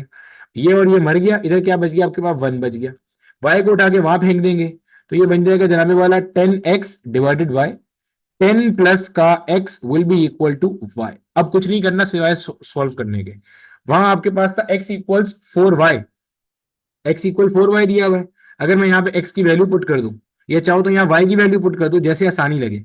अगर मैं यहाँ से y की वैल्यू निकाल लूं तो भाई y की वैल्यू क्या हो जाएगी, x डिवाइडेड बाय 4 हो जाएगी, यहाँ लाके y की वैल्यू पुट कर देंगे, ये हो गया भाई 10x डिवाइडेड बाय 10 प्लस का x, y की जगह पे क्या आ जाएगा x बटे में आ गया 4, जो मर रहा है उसे मार दो भाई, x से x मर गया, क्रॉस मल्टीप्लाई कर दो, कोई खुदा का बंदा ये 4 को 10 से ना काट दे, ठीक है। 4 को वहां भेज दिया, उठा के मल्टीप्लाई कर दिया, 4 10 से हो गया 40 will be equal to 10 plus X, इसको वहां भेज के माइनस कर देंगे, x will be equal to 40 minus 10 which is 30, तो x की वैल्यू क्या आ गई 30 ओम्स आ गई। और यहां से अगर आप देखोगे तो y की वैल्यू आपके पास जो आ जाएगी दैट इज x डिवाइडेड बाय 4, यानी कि 30 डिवाइडेड बाय 4, 4 7 होता है 28, पीछे बच गया 2 यानी कि 7.5 हो गया। ये मैंने कैसे सॉल्व किया भाई, ये भी देख लो, फिर सुन लो, 4 7 होता है 28, 30 में से 28 गया तो पीछे क्या बचा 2 बचा, डेसिमल लगा दिया, डेसिमल के बाद 0 लगा सकते हैं, तो 4 5 का क्या हो गया 20 हो गया, 7.5 ओम्स, ऑप्शन आ रहा है 30 ओम्स एंड 7.5 ओम्स। हाँ भाई दिमाग के ढक्कन खुल गए बेटे, मैं ये वाला क्वेश्चन करा रहा हूँ इसी जैसे ऊपर वाला क्वेश्चन है, ठीक है, देख लो और से, वरना रिकॉर्डिंग मिल जाएगी उसको, ऊपर वाला भी देख लेना। कहता है क्या, in a metre bridge experiment resistances are connected as shown in the figure, ठीक है, आपको नजर आ रहा है आपके सामने ये रेजिस्टेंसेस कनेक्ट हुई हुई हैं, द बैलेंसिंग लेंथ, अच्छा आप नोट करो यहाँ पे भी इसने सवाल में क्या लिखा हुआ है, एक मीटर ब्रिज है, तो भाई जब मीटर ब्रिज कह रहे हैं तो इसका मतलब आपको ये बात फौरन पता चल जाएगी कि आपकी जो टोटल लेंथ है वो कितनी आ रही है भाई, 100 सेंटीमीटर की आपकी टोटल लेंथ है, या 1 मीटर की आपकी टोटल लेंथ हैगी। ठीक है, आगे क्या कहता है भाई, आगे कहता है आपसे the balancing length L1 is 55 centimetre. आपको इस सवाल में इसने कहा हुआ है कि भाई ये जो बैलेंसिंग लेंथ है ये आपके पास है 55 सेंटीमीटर, और एग्जामिनर इतना अच्छा है उसने आपको लिख के भी दे दिया कि बाकी की लेंथ कैसे निकालनी है, 100 माइनस L1 की निकालनी है। ठीक है, जब 100 माइनस 55 करोगे तो पीछे आपके पास क्या बच जाएगा, 45 सेंटीमीटर बच जाएगा। यानी कि आर के सामने वाली 55 हो गई, एच के सामने वाली हो गई 45 सेंटीमीटर। यहीं तक रुक के पहले अपनी एक इक्वेशन डिजाइन कर लो। देखो भैया इक्वेशन कैसे बनाते हैं, अभी बताया था मैंने, गैल्वेनोमीटर के उल्टे साइड वाले रेजिस्टेंस का ratio will be equal to galvanometer के सीधे साइड वाले रेजिस्टेंस का रेशियो। गैल्वेनोमीटर की उल्टी साइड पे क्या है, एक रेजिस्टेंस आपके पास आर कनेक्ट हुआ हुआ है और एक आपके पास 55 सेंटीमीटर वाली रेजिस्टेंस है, बना दिया। सीधे हाथ पे क्या है, एक रेजिस्टेंस एस है और एक रेजिस्टेंस आपके पास 45 सेंटीमीटर वाली है। ये आ गया आपके पास, सिंपल हो गया। अब क्या कहते हैं ये आपके पास इक्वेशन आ गई, इसको मजीद सिंप्लीफाई करना है तो R divided by S will be equal to 55 divided by 45। 5 के टेबल से कैंसिल हो रहा है, 5 11 जा 55 होता है और आपके पास 5 9 जा क्या होता है, 45 होता है। यानी कि R divided by S will be equal to 11 divided by 9। ये आ गया हमारे पास एक चीज।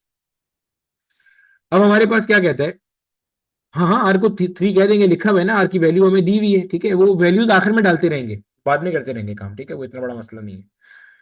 अब क्या कहते हैं, now an unknown resistance X is connected in series with R. अब आपने क्या किया, आर के साथ एक अननोन रेजिस्टेंस कनेक्ट कर दी लाके, कैसे, सीरीज के अंदर। ठीक है, आपने यहां मेंशन कर दिया कि भाई एक अननोन रेजिस्टेंस है एक्स ओम जो कि कैसे कनेक्ट हुई है, सीरीज के अंदर। तो ये जो लेफ्ट गैप है, लेफ्ट गैप की अब रेजिस्टेंस क्या बन जाएगी, आर प्लस एक्स बन जाएगी। भाई जो पहले सिर्फ आर थी अब सीरीज में लग गया, तो सीरीज में हमने अभी पढ़ा था क्या होता है, आर प्लस एक्स होता है। The new balancing length is found to be 75 centimetre. अब कितनी हो गई है, 75 सेंटीमीटर। भाई जब नई बैलेंसिंग लेंथ 75 सेंटीमीटर हो जाएगी तो ये बची हुई लेंथ क्या हो जाएगी, 25 सेंटीमीटर हो जाएगी। अब नई क्वेश्चन बनेगी आपके पास, नई क्वेश्चन क्या बनेगी, R plus X divided by उसके सामने वाली लेंथ। तो भैया आर प्लस एक्स के सामने वाली जो लेंथ है that is 75 will be equal to S divided by 25। S को इधर ही ले आएंगे तो क्या बन जाएगा, आर प्लस का X divided by S will be equal to 75 divided by 25। Cancellation होती नजर आ रही है, यहां बच जाएगा मेरे पास 3। एक इक्वेशन ऊपर आ गई, एक इक्वेशन नीचे आ गई। अगर मैं इस इक्वेशन से एस की वैल्यू निकालूंगा तो R multiply by 9 divided by 11 is equivalent to S. S का यहाँ पे कोई काम नहीं है इसलिए एस की टर्म में इक्वेशन निकाल ली। अगर ये वाली इक्वेशन भी इन टर्म्स ऑफ एस निकाल लू नीचे वाली, S will be equal to R plus का एक्स डिवाइडेड बाय 3। अगर मैं दोनों साइड्स को इक्वेट कर दूंगा उठा के, एस की टर्म में आ गई दोनों इक्वेशन, इक्वेट कर देंगे उठा के तो क्या बन जाएगा,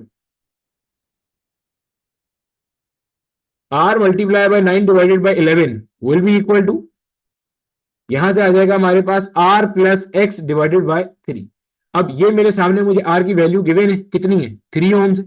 ठीक है, जाके पुट कर देंगे यहाँ पे, 3 multiply by 9 divided by 11 will be equal to 3 plus X divided by 3।